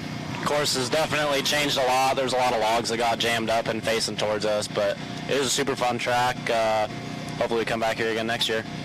I saw you, you got through before the bottleneck or no, earlier on that waterfall? We were the first ones through the waterfall, and then we hit the joker line, and I tried it several times in practice and whatnot, and my car just wouldn't go up it, so we ended up winching up it first lap. We were the first ones there, and then got past, and after that it was pretty smooth sailing other than a couple flats. Awesome. Well, what was your least favorite part about the race course today? Oh man, the last water crossing before you come into here is just soaked every time. You know, I could tell that I haven't been actually on the race course, but every time all of you racers would come through, it's like water was just pouring out from the bottom, so it must be a big puddle right there. Oh yeah, we're probably at least a quarter way up our doors. Well, who do you have to thank for getting you up here today? I'd like to thank my Lord and Savior, Jesus Christ, my dad, family, and everyone that came with us. We wouldn't be able to do it without them and their continuous support. Paul Herschel and his amazing crew for building the baddest car around. Rigid Lights, coming out with some new cool stuff next year, and glad to be back by them. Fox Shocks, phenomenal shocks. Mike and Jack and all them give us tons of support. So, Tubes Works Diffs, my co-pilot Justin, Max Tie Downs, TMI, TMR, Bleshmid Trucking, and all the fans for coming out and making it all worth it. So your dad's getting ready to go out on race course. Are you going to hop on over to the hot pits and help him out if he needs it? Yeah, that's what it sounds like. Go get to sit in a wet fire suit. Well, awesome. Congratulations. And we are coming back here next year, so hopefully we do see you as well. Sounds like a plan. Awesome. Well, congratulations on that second position. And now right on over here to the number 1 position, Mr. Woody Rose. Great day out there. How do you feel about your day today? I feel like it went pretty well. I was keeping up a pace pretty decently. And, yeah, everything went pretty smoothly other than a few bad bounces and a few tires, like everyone else out here. So, yeah. I'm just curious if anybody got through this race without a flat tire. I know Bailey Cole did. That's true. He actually went and got Eric Weichels from his camp. Really? Yeah. Okay, that's awesome.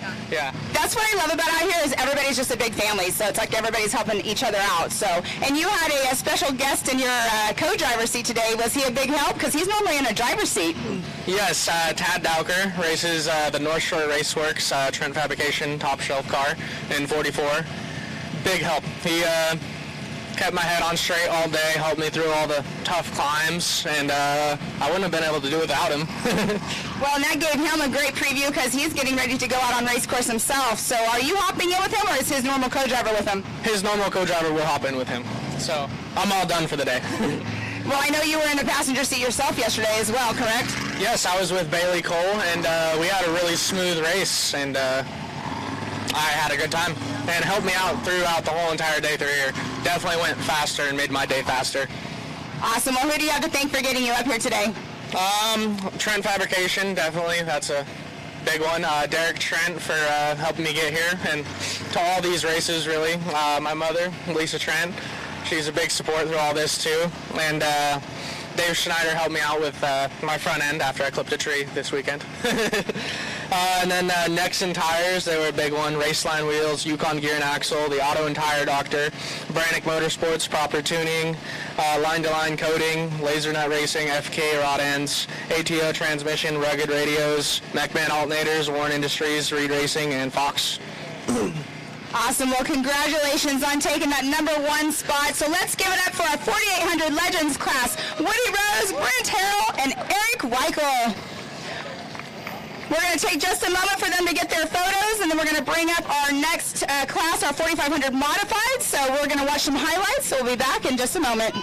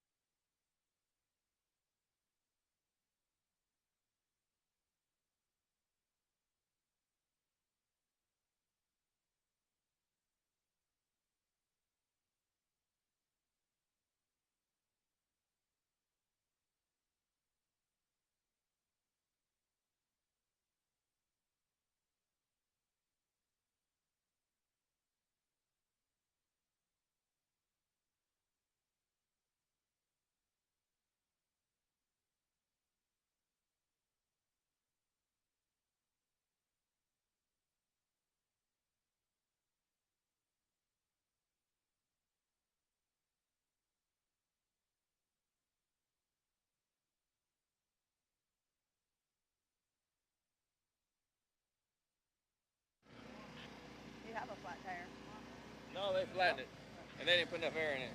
All right, we are now here live with our 4,500 modified class. Mr. Dwayne Garrison in that third position. You came in with a little bit of a flat. Is that the only one of the day? No, unfortunately, we every time we'd really want to press the race course, it would fight back, and we had 3 flats today. What do you think about this race course? I know everybody keeps saying it's super hard, but what do you think about this race course compared to other tracks you've been to? Man, all the tracks we race at are fun, but this is a super cool place. We're about 3 hours from here, so I've wheeled here 4 or 5 times in the last, maybe 10 years. So, I mean, it's awesome to be able to race close to home. It's awesome that, Mid-America is actually, able to secure this venue, on a government permit, man. So it really just kicks ass. So we know you'll be back here next year when we race in September. Oh, absolutely. Well, it's an awesome race course for sure. Who do you have to thank for getting you up here today? Man, I'd like to thank all of our sponsors. I'd like to thank all of the pit crew, Jared and Dennis for coming to almost all the races, Jeremy for crewing, and riding with me, man, and putting up with all my crap all year long. All the other racers that we compete against, man, for pushing the limits of the 4,500 class and making us faster. All the fans, Yokohama Tire, Yukon Gear and Axle, Brannick Motorsports, Tom Woods Driveline, Jimmy's 4x4, Raceline Wheels. Man, so many great sponsors that not only sponsor us, but a lot of other drivers. It's just an amazing time, man, and we're super stoked to be here. Awesome. Well, congratulations on your number 3 spot. You're sticking around and watching the next race, I'm sure of, correct? Yeah, I'm going to go get some different clothes on, but I'm coming back. That's the story of the day. Wet fire suits and tires. That's the story of the day. Well, we'll let you get going here in just a moment, but congratulations again. Thank you very much. All right, and now we're moving on over here to our second place, Mr. Rick Lavezzo. You are doing amazing this year. You're going to get some more trophies later on. Right now it's unofficial, but how are you feeling right now? I'm feeling really good. I want to thank my co-driver James for just keeping me, focused all race, and it's just amazing.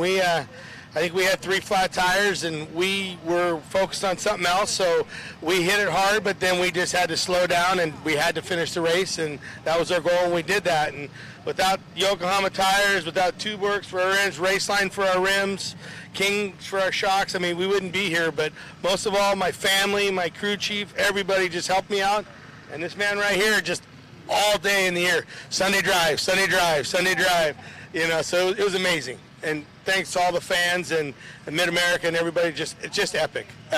Now, you didn't get on top of the podium here, but the true saying that they always say, to finish first, you must first finish, and that's what's going on with you today. So the bigger trophies you're going to get.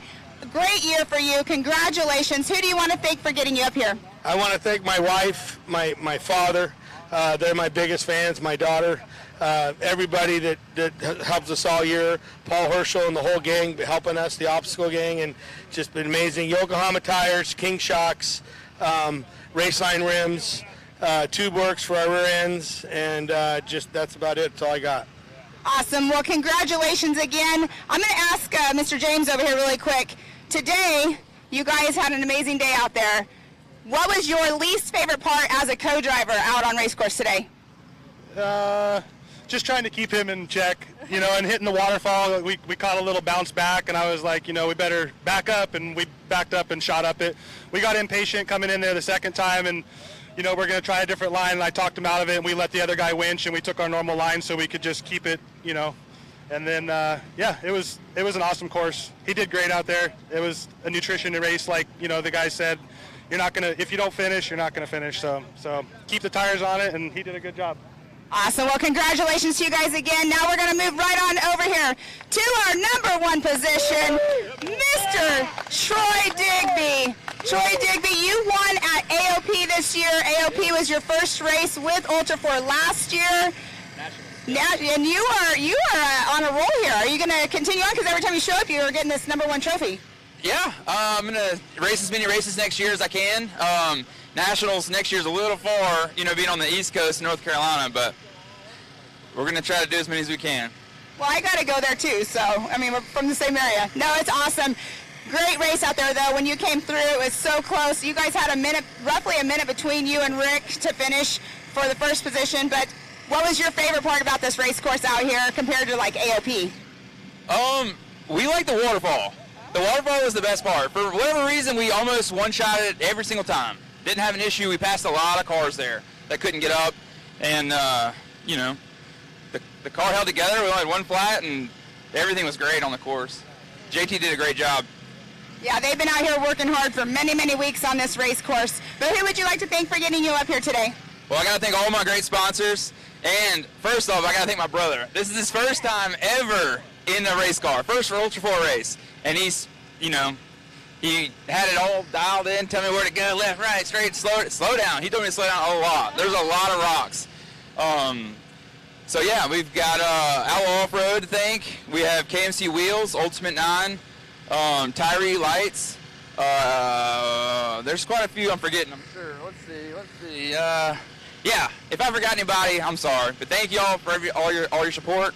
You know, couldn't do it without y'all. And thanks to these great drivers that I had to beat today.